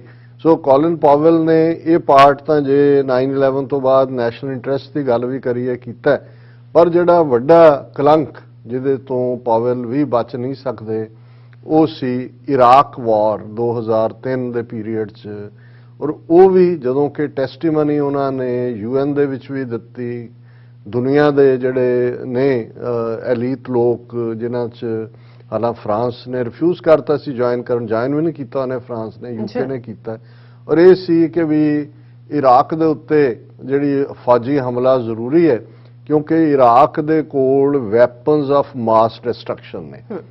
ਹੁਣ ਇਹ ਅਮਰੀਕਨ ਇੰਟੈਲੀਜੈਂਸ ਨੂੰ ਵੀ ਪਤਾ ਸੀ ਕਿ ਉਹਨਾਂ ਦੇ ਕੋਲ ਨਹੀਂ ਨੇ, ਲੇਕਿਨ ਜੂਨੀਅਰ ਬੁਸ਼ ਦੇ ਦਿਲੋਂ ਦਿਮਾਗ 'ਚ ਆਪਣੇ ਪਿਓ ਦੇ ਜ਼ਮਾਨੇ ਦਾ ਬਦਲਾ ਲੈਣ ਦੀ ਭਾਵਨਾ, ਸੀਨੀਅਰ ਬੁਸ਼ ਦੇ ਜ਼ਮਾਨੇ ਦੀ, ਸਦਾਮ ਹੁਸੈਨ ਦੇ ਖਿਲਾਫ ਉਹ ਸੀ, ਔਰ ਉਹ ਜਿਹੜਾ ਟੈਕਸਨ ਕਾਊਬਾਈ ਕਰੈਕਟਰ ਹੈ ਉਹਨਾਂ ਨੂੰ ਆਰਾਮ ਨਾਲ ਨਹੀਂ ਸੀ ਬਹਿਣ ਦਿੰਦਾ।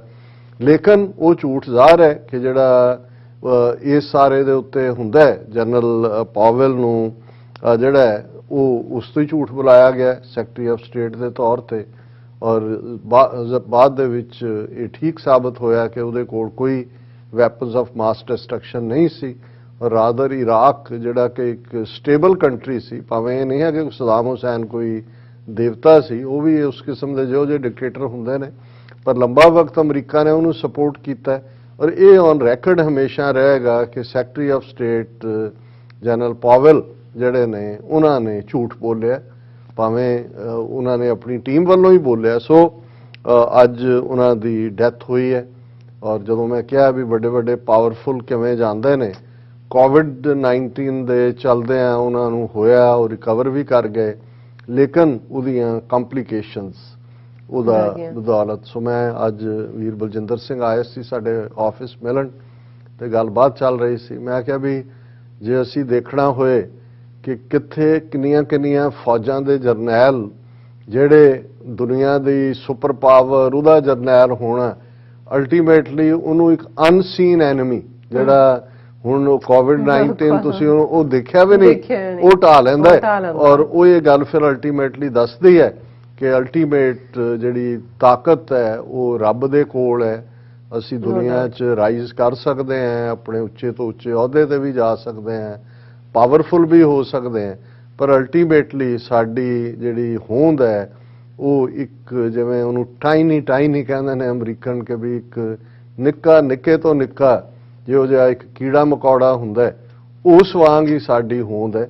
ਲੇਕਿਨ ਇਹਦੇ ਬਾਵਜੂਦ ਸਾਡੀ ਈਗੋ, ਸਾਡੀ ਅਨਾ ਔਰ ਹੰਕਾਰ ਸਾਨੂੰ ਕਿੱਥੇ ਦਾ ਕਿੱਥੇ ਲੈ ਜਾਂਦਾ ਹੈ। ਔਰ ਇਹੀ ਗੱਲ 10ਵੇਂ ਪਾਤਸ਼ਾਹ ਨੇ ਯਾਦ ਦਹਾਨੀ ਕਰਵਾਈ ਹੋਈ ਹੈ ਕਿ ਭਾਰੀ ਭੁਜਾਨ ਕੇ ਭੂਪ ਭਲੀ ਬਿਦ ਨਿਆਵਤ ਸੀਸ न जात बिचारे इते पै तो कहाँ पै भूपत अंत को नांगे ही पाए पधारे।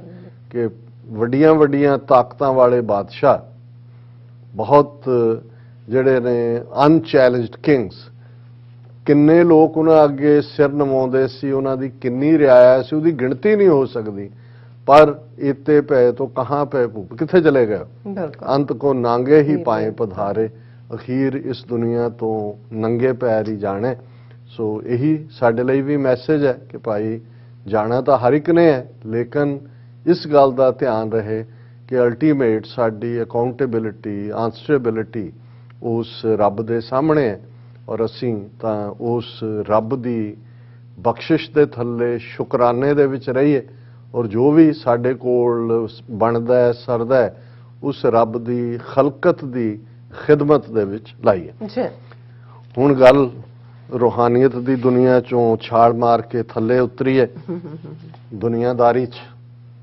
ਕਿਸਾਨ ਅੰਦੋਲਨ, ਸਿੰਘੂ ਬਾਰਡਰ ਘਟਨਾ ਦਾ ਜ਼ਿਕਰ ਅਸੀਂ ਇੱਕ ਨੈਕਸਟ ਸੈਗਮੈਂਟ 'ਚ ਕਰਾਂਗੇ, ਲੇਕਿਨ ਕਿਉਂਕਿ ਕਿਸਾਨਾਂ ਨੇ ਬੀਤੇ ਕੱਲ ਯਾਨੀ ਕਿ 18 ਤਰੀਕ ਨੂੰ ਉਹਨਾਂ ਨੇ ਰੇਲ ਰੋਕੋ ਦੀ ਕਾਲ ਦਿੱਤੀ ਹੋਈ ਸੀ।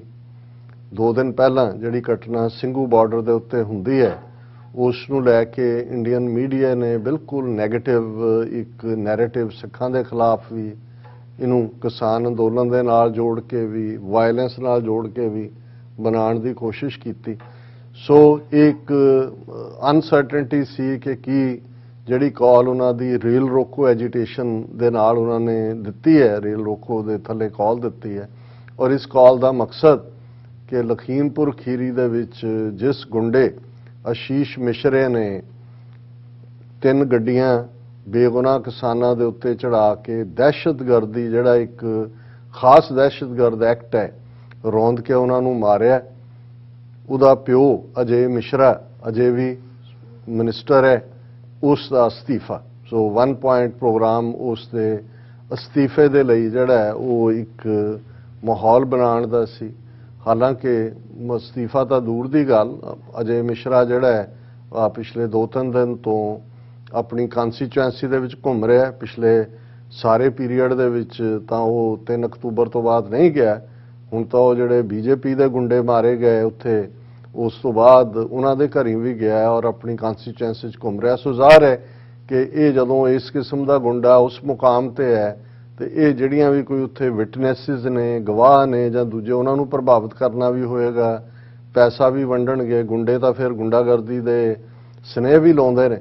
ਸੋ ਇੱਕ ਪਾਸੇ ਹੈ, ਲੇਕਿਨ ਜਿਹੜੀਆਂ ਰਿਪੋਰਟਸ ਈਵਨ ਉੱਥੋਂ ਦੇ ਟੀਵੀ ਚੈਨਲਸ ਨੇ ਵੀ ਦਿੱਤੀਆਂ ਨੇ, ਉਸ ਤੋਂ ਇਹ ਅੰਦਾਜ਼ਾ ਹੁੰਦਾ ਹੈ ਕਿ ਭਾਈ ਇਹ ਕਾਫੀ ਕਾਮਯਾਬ ਰਹੀ ਜਿਹੜੀ ਰੇਲ ਸਟ੍ਰਾਈਕ ਹੈ। ਉਸ ਦੇ ਵਿੱਚ ਯੂਪੀ 'ਚ ਵੀ, ਮੱਧ ਪ੍ਰਦੇਸ਼ 'ਚ ਵੀ, ਪੰਜਾਬ ਹਰਿਆਣਾ 'ਚ ਤਾਂ ਹੈ ਹੀ ਸੀ। 150 ਦੇ ਕਰੀਬ ਥਾਵਾਂ ਦੇ ਉੱਤੇ ਟ੍ਰੇਨਸ ਰੋਕੀਆਂ ਗਈਆਂ। ਯੂਪੀ ਸਰਕਾਰ ਨੇ ਹਾਲਾਂਕਿ ਆਰਡਰ ਕੱਢਿਆ ਸੀ, ਦਫਾ 144 ਵੀ ਲਾਈ ਸੀ ਔਰ ਇਹ ਵੀ ਕਿਹਾ ਸੀ ਕਿ ਅਸੀਂ NSA ਲਾਵਾਂਗੇ, ਨੈਸ਼ਨਲ ਸਿਕਿਉਰਿਟੀ ਐਕਟ। ਪਰ ਇਹਦੇ ਬਾਵਜੂਦ ਹਰ ਥਾਂ ਹਾਲਾਂ ਮੇਨ ਸਟੇਸ਼ਨਾਂ ਤੇ ਉਹਨਾਂ ਨੇ ਵੱਡੇ ਗਿਣਤੀ ਯੂਪੀ ਮੱਧ ਪ੍ਰਦੇਸ਼ ਸਰਕਾਰਾਂ ਨੇ, ਕਿਉਂਕਿ ਦੋਵਾਂ ਥਾਵਾਂ ਤੇ ਬੀਜੇਪੀ ਦੀ ਗਵਰਨਮੈਂਟ ਹੈ, ਪੁਲਿਸ ਦਲ ਤਾਇਨਾਤ ਕੀਤੇ ਹੋਏ ਸੀ। ਲੇਕਿਨ ਕਿਸਾਨਾਂ ਨੇ ਉਹਨਾਂ ਸਪੌਟਸ ਨੂੰ ਚੁਣਿਆ ਜਿੱਥੇ ਹਰ ਥਾਂ ਤੇ ਹੁਣ ਤੁਸੀਂ ਕਈ 100 ਮੀਲ ਦੇ ਰੇਲਵੇ ਟਰੈਕ ਤੇ ਤਾਂ ਪੁਲਿਸ ਲਾ ਨਹੀਂ ਸਕਦੇ। ਸੋ ਉਹਨਾਂ ਨੇ ਇਹਦੇ 'ਚ ਕਾਮਯਾਬੀ ਹਾਸਲ ਕੀਤੀ ਔਰ ਸਕੂਨ ਦੀ ਗੱਲ ਇਹ ਹੈ ਕਿ ਵੀ ਇਹ ਸਾਰਾ ਜਿਹੜਾ ਪਾਰਟ ਹੈ ਇਹ ਪੀਸਫੁਲੀ ਹੋਇਆ।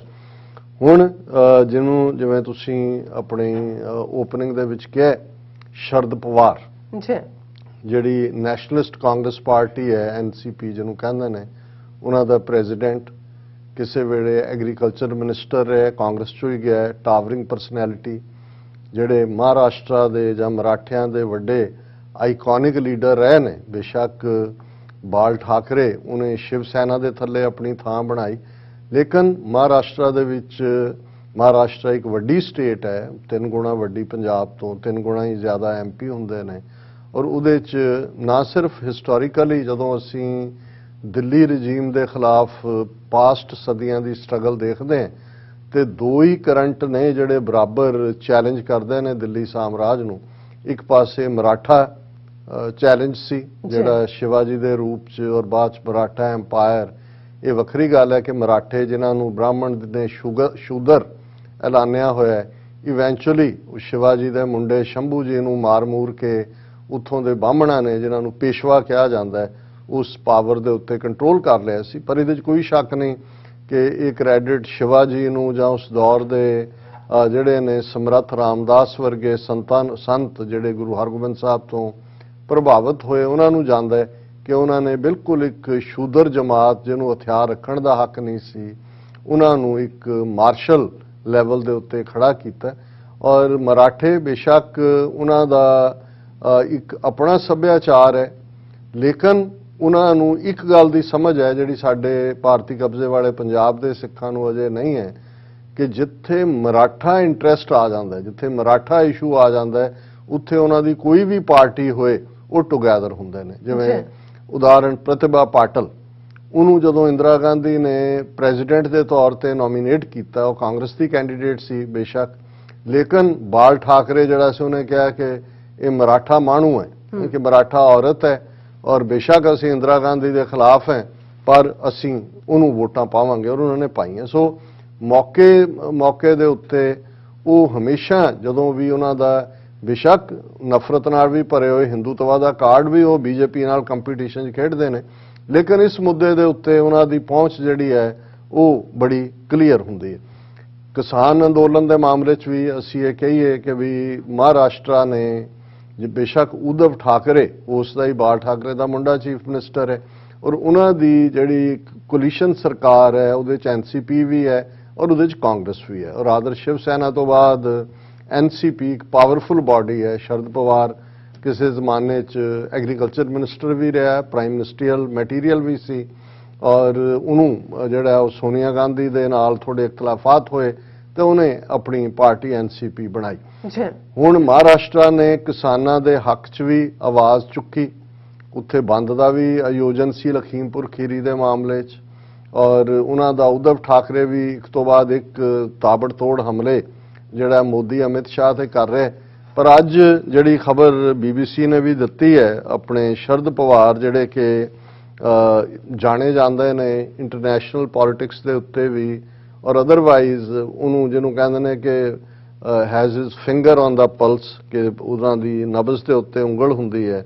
ਉਹਨਾਂ ਨੇ ਪਿੰਪਰੀ ਇੱਕ ਥਾਂ ਹੈ ਉੱਥੇ ਇੱਕ ਸਮਾਗਮ ਸੀ, ਉਹਦੇ 'ਚੋਂ ਗਏ ਔਰ ਉਹਦੇ 'ਚ ਉਹਨਾਂ ਨੇ ਜਿਹੜੇ ਲਫ਼ਜ਼ ਕਹੇ ਐਗਜ਼ੈਕਟਲੀ ਮੈਂ ਬੀਬੀਸੀ ਦੇ ਲਫ਼ਜ਼ਾਂ 'ਚ ਉਹਨੂੰ ਦੁਹਰਾਉਣਾ ਚਾਹੁੰਦਾ।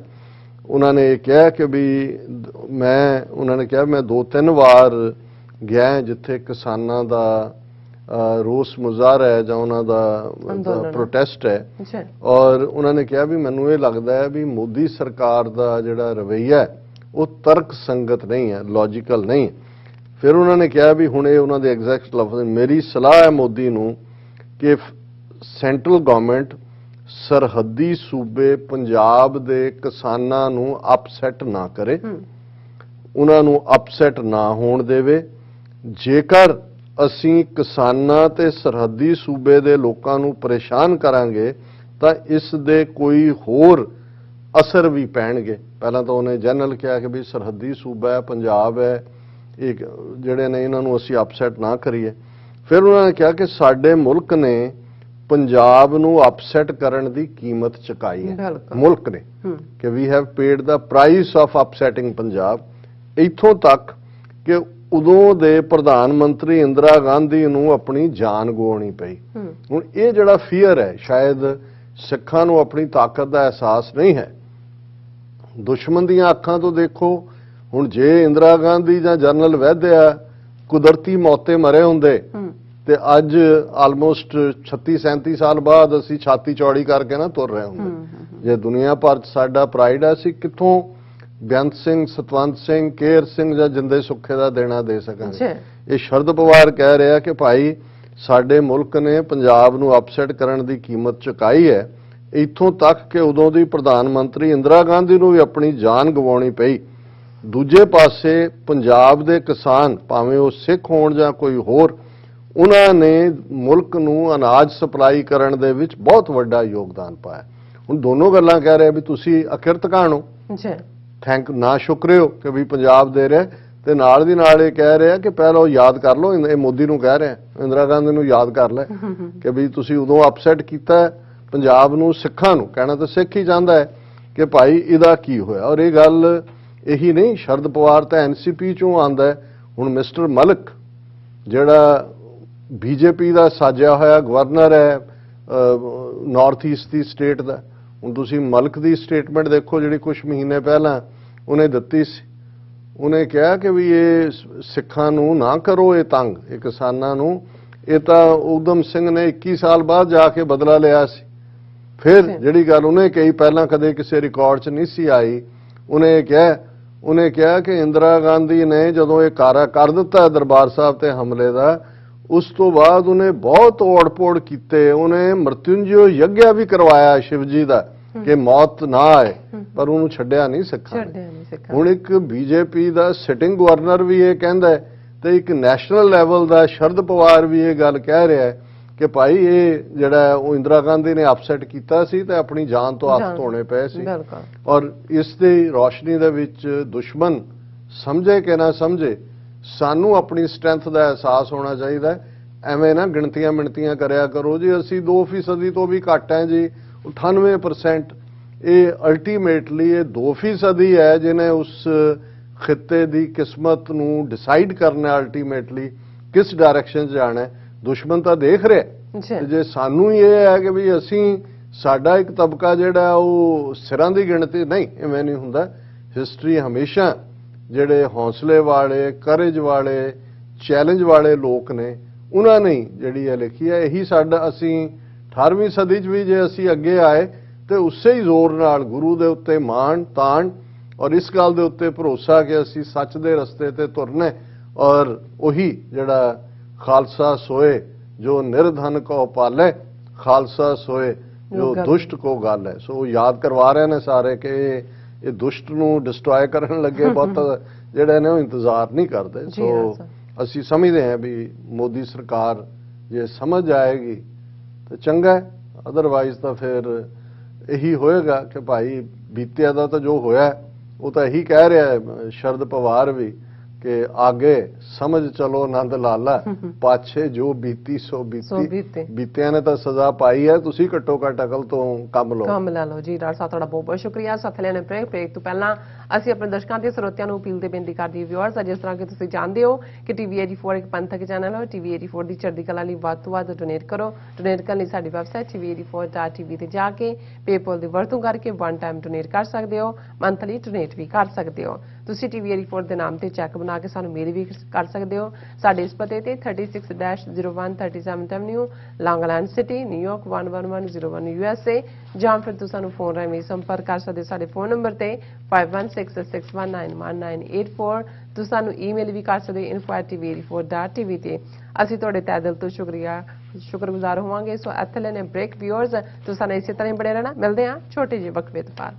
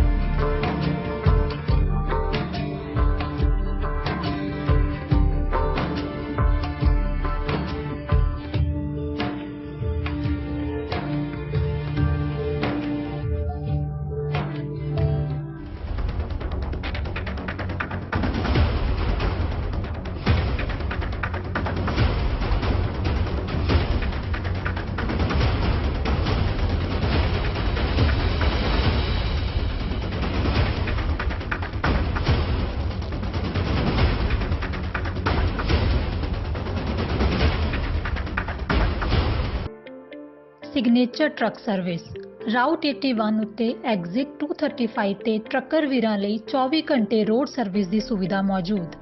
Heavy duty repair, oil change, ਪੁਰਾਣੇ ਅਤੇ ਨਵੇਂ tyre, computer diagnostic, DPF cleaning, brake service ਜਾਂ ਰਸਤੇ ਵਿੱਚ ਆਈ ਹਰ ਤਰ੍ਹਾਂ ਦੀ ਰਿਪੇਅਰ ਪ੍ਰੋਫੈਸ਼ਨਲ ਟੀਮ ਵੱਲੋਂ ਕੀਤੀ ਜਾਂਦੀ ਹੈ।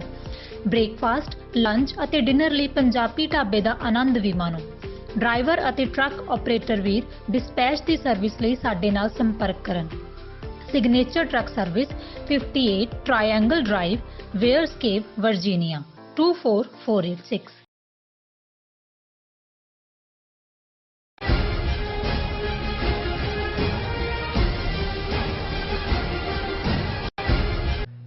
ਦਰਸ਼ਕੋ, ਬ੍ਰੇਕ ਤੋਂ ਬਾਅਦ ਤੁਹਾਡਾ ਸਭ ਦਾ ਭਰਪੂਰ ਸਵਾਗਤ ਹੈ। ਸੋ ਵੀਅਰਸ, ਦੂਸਰੇ ਸੈਗਮੈਂਟ ਦੇ ਵਿੱਚ ਆਪਾਂ ਗੱਲਬਾਤ ਕਰਨ ਜਾ ਰਹੇ ਹਾਂ ਸਿੰਘੂ ਬਾਰਡਰ ਦੇ ਹਵਾਲੇ ਨਾਲ ਕਿ ਸਿੰਘੂ ਬਾਰਡਰ ਤੇ ਨਿਹੰਗ ਸਿੰਘਾਂ ਵੱਲੋਂ ਗੁਰੂ ਗ੍ਰੰਥ ਸਾਹਿਬ ਜੀ ਦੀ ਜਿਹੜੀ ਬੇਅਦਬੀ ਨਾ ਸਹਾਰਦੇ ਹੋਏ ਕੀਤੀ ਗਈ ਕਾਰਵਾਈ ਤੇ ਵੱਖ-ਵੱਖ ਰਿਐਕਸ਼ਨ ਆਏ ਹਨ। ਸੋ ਹਿੰਦੂ ਤਵੀਆਂ ਵੱਲੋਂ ਭਾਵੇਂ ਸਿੱਖਾਂ ਦੇ ਖਿਲਾਫ ਨਫ਼ਰਤ ਭਰਿਆ ਪ੍ਰਚਾਰ ਕੀਤਾ ਜਾ ਰਿਹਾ ਹੈ, ਪਰ ਉਹਨਾਂ ਦੇ ਮੱਥੇ ਤੇ ਆਈਆਂ ਤਰੇਲੀਆਂ ਇਸ ਘਟਨਾ ਦਾ ਅਸਲ ਜਿਹੜਾ ਪ੍ਰਭਾਵ ਦਰਸਾਉਂਦਾ ਹੈ। ਸੋ ਪਿਛਲੇ ਲਗਭਗ 6 ਸਾਲ ਤੋਂ ਸ਼੍ਰੀ ਗੁਰੂ ਗ੍ਰੰਥ ਸਾਹਿਬ ਜੀ ਦੀ ਜਿਹੜੀ ਬਾਰ-ਬਾਰ ਹੋ ਰਹੀ ਬੇਅਦਬੀ ਤੋਂ ਦੁਖੀ ਸ਼ਰਧਾਵਾਨ ਸਿੱਖਾਂ ਨੇ ਇਸ ਘਟਨਾ ਤੇ ਤਸੱਲੀ ਦਾ ਜਿਹੜਾ ਇਜ਼ਹਾਰ ਕੀਤਾ ਹੈ, ਜਦੋਂ ਕਿ ਕੁਝ ਕੱਚੇ ਪਿੱਲੇ ਜਿਹੜੇ ਸਿੱਖਾਂ ਅਤੇ ਮੌਕਾ ਪ੍ਰਸਤ ਲੋਕਾਂ ਵੱਲੋਂ ਖਾਮ-ਖਾ ਹਾਲ ਦਵਾਈ ਜਿਹੜੀ ਪਾਈ ਜਾ ਰਹੀ ਹੈ। ਸੋ ਇਸ ਬਾਰੇ ਆਪਾਂ ਗੱਲਬਾਤ ਕਰਨ ਜਾ ਰਹੇ ਹਾਂ।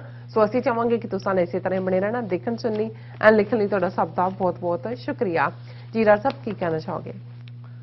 ਦੇਖੋ, ਬੇਸ਼ੱਕ ਅਸੀਂ ਸਿੰਘੂ ਬਾਰਡਰ ਦੀ ਘਟਨਾ, ਉਸ ਦਾ ਪ੍ਰਤੀਕਰਮ, ਇਸ ਬਾਰੇ ਫਰਾਈਡੇ ਦੇ ਪ੍ਰੋਗਰਾਮ 'ਚ ਗੱਲਬਾਤ ਕੀਤੀ ਸੀ, ਲੇਕਿਨ ਕਿਉਂਕਿ ਅਜੇ ਉਹ ਘਟਨਾ ਵਾਪਰ ਕੇ ਹੀ ਹਟੀ ਸੀ ਔਰ ਬਹੁਤ ਸਾਰੇ ਐਕਸ਼ਨ ਰਿਐਕਸ਼ਨ ਅਜੇ ਆਣੇ ਸ਼ੁਰੂ ਹੋਏ ਸੀ। ਹਾਲਾਂਕਿ ਇੰਡੀਅਨ ਮੀਡੀਆ ਨੇ ਇੱਕ ਸਪਿਨ ਫੌਰਨ ਜਿਹੜੀ ਹੈ ਉਹ ਸਿੱਖਾਂ ਦੇ ਖਿਲਾਫ, ਨਿਹੰਗ ਸਿੰਘਾਂ ਦੇ ਖਿਲਾਫ ਔਰ ਉਹਨਾਂ ਨੂੰ ਤਾਲਿਬਾਨੀ ਕਹਿਣਾ ਸ਼ੁਰੂ ਕਰ ਦਿੱਤਾ ਸੀ ਕਿ ਦੇਖੋ ਤਾਲਿਬਾਨੀ ਜ਼ੁਲਮ, ਨਿਰਸ਼ੰਸ ਹੱਤਿਆ, ਅਮਾਨਵੀय कृत्य ਔਰ ਪਤਾ ਨਹੀਂ ਕਿਹੜੇ-ਕਿਹੜੇ ਲਫ਼ਜ਼ ਸੰਸਕ੍ਰਿਤ ਔਰ ਹਿੰਦੀ ਦੇ, ਕਿਉਂਕਿ ਉੱਥੇ ਤਾਂ ਅੱਜਕੱਲ ਜ਼ਬਾਨ ਹੀ ਉਹ ਇਸਤੇਮਾਲ ਹੁੰਦੀ ਹੈ, ਪਰ ਅੰਗਰੇਜ਼ੀ ਦੇ ਵਿੱਚ ਵੀ ਹੌਰੀਫਾਈਂਗ, ਕੰਡੈਮਨੇਬਲ, ਨੈਵਰ ਸੀਨ ਬਿਫੋਰ, ਇਸ ਕਿਸਮ ਦੇ ਲਫ਼ਜ਼ ਜਿਹੜੇ ਨੇ ਉਹ ਧੂਆਂਧਾਰ ਤਰੀਕੇ ਨਾਲ ਆ ਰਹੇ ਸੀ।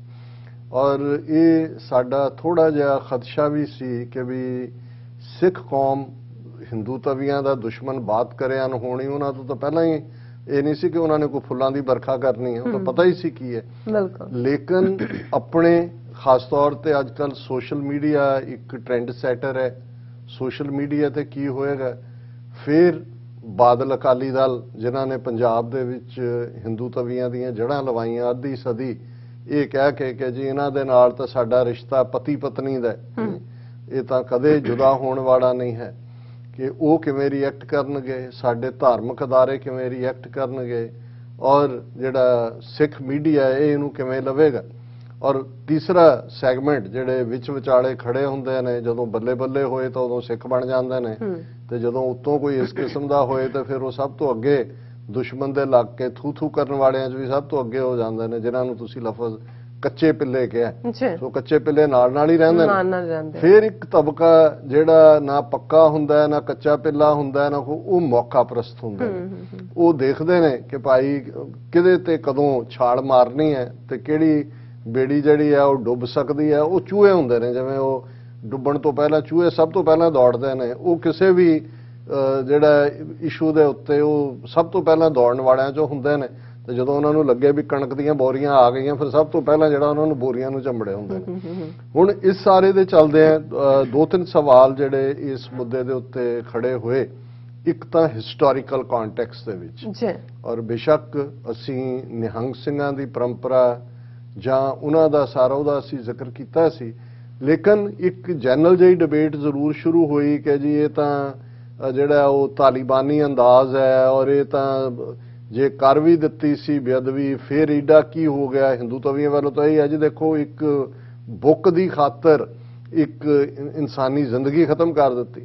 ਹੁਣ ਕਿਉਂਕਿ ਇਹਨਾਂ ਦਾ ਤਾਂ ਨਾ ਆਪਣਾ ਕੋਈ ਇਸ਼ਟ ਹੈ ਨਾ ਅਕੀਦਾ ਹੈ, ਉਹ ਤਾਂ ਇਹਨਾਂ ਦੀਆਂ ਰਾਮਾਇਣ ਮਹਾਭਾਰਤ ਦੂਜੇ ਤੀਜੇ ਉਹ ਇੱਕ ਫਨੀ ਸਟੋਰੀਜ਼ ਆਪਣੇ ਅੰਦਾਜ਼ 'ਚ ਉਹਨਾਂ ਨੇ ਲਿਟਰਰੀ ਫਿਗਰਸ ਨੇ ਬਣਾਈਆਂ, ਉਹਨਾਂ ਦੇ ਤੁਲਸੀਦਾਸ ਨੇ ਬਣਾਇਆ ਜਾਂ ਮਹਾਭਾਰਤ ਤਾਂ ਕਈਆਂ ਨੇ ਲਿਖਿਆ। ਇਹਨਾਂ ਨੂੰ ਇਹ ਸਿਰਫ ਜਾਂ ਮੁਸਲਮਾਨ ਸਮਝ ਸਕਦਾ ਹੈ ਕਿਉਂਕਿ ਕੁਰਾਨੇ ਮਜੀਦ ਅੱਲਾ ਦੀ ਕਿਤਾਬ, ਉਹਨੂੰ ਪਤਾ ਹੈ ਕਿ ਕੁਰਾਨੇ ਮਜੀਦ ਦੀ ਬੇਹੁਰਮਤੀ ਦਾ ਕੀ ਮਤਲਬ ਹੈ। ਔਰ ਤੁਸੀਂ ਅੱਜ ਕੱਲ ਦੇਖੋ ਬੰਗਲਾਦੇਸ਼ ਦੇ ਵਿੱਚ ਅੱਗ ਲੱਗੀ ਹੋਈ ਹੈ, ਦੁਰਗਾ ਪੂਜਾ ਦੇ ਦੌਰਾਨ ਮੰਦਰਾਂ ਤੇ ਵੀ ਹਮਲੇ ਹੋਏ ਨੇ, ਔਰ ਉਹਦਾ ਰੀਜ਼ਨ ਅੱਜ ਹੀ ਮੈਂ ਇਹ ਦੇਖ ਰਿਹਾ ਸੀ ਕਿ ਹਾਲਾਂ ਉਹ ਕਿਸੇ ਨੇ ਗਲਤ ਟਾਈਮ ਦੀ ਪੋਸਟ ਕੀਤੀ ਕਿ ਕਿਸੇ ਇਸ ਕਿਸਮ ਦੇ ਮੰਦਰ ਦੀ ਸੈਲੀਬ੍ਰੇਸ਼ਨ ਦੌਰਾਨ ਕੁਰਾਨੇ ਮਜੀਦ ਦੀ ਬੇਹੁਰਮਤੀ ਹੋ ਰਹੀ ਹੈ ਔਰ ਪੂਰੀ ਅੱਗ ਲੱਗੀ ਹੋਈ, ਕਿੰਨੀਆਂ ਜਾਨਾਂ ਚਲੀਆਂ ਗਈਆਂ, ਕਿੰਨਾ ਕੀ ਹੈ।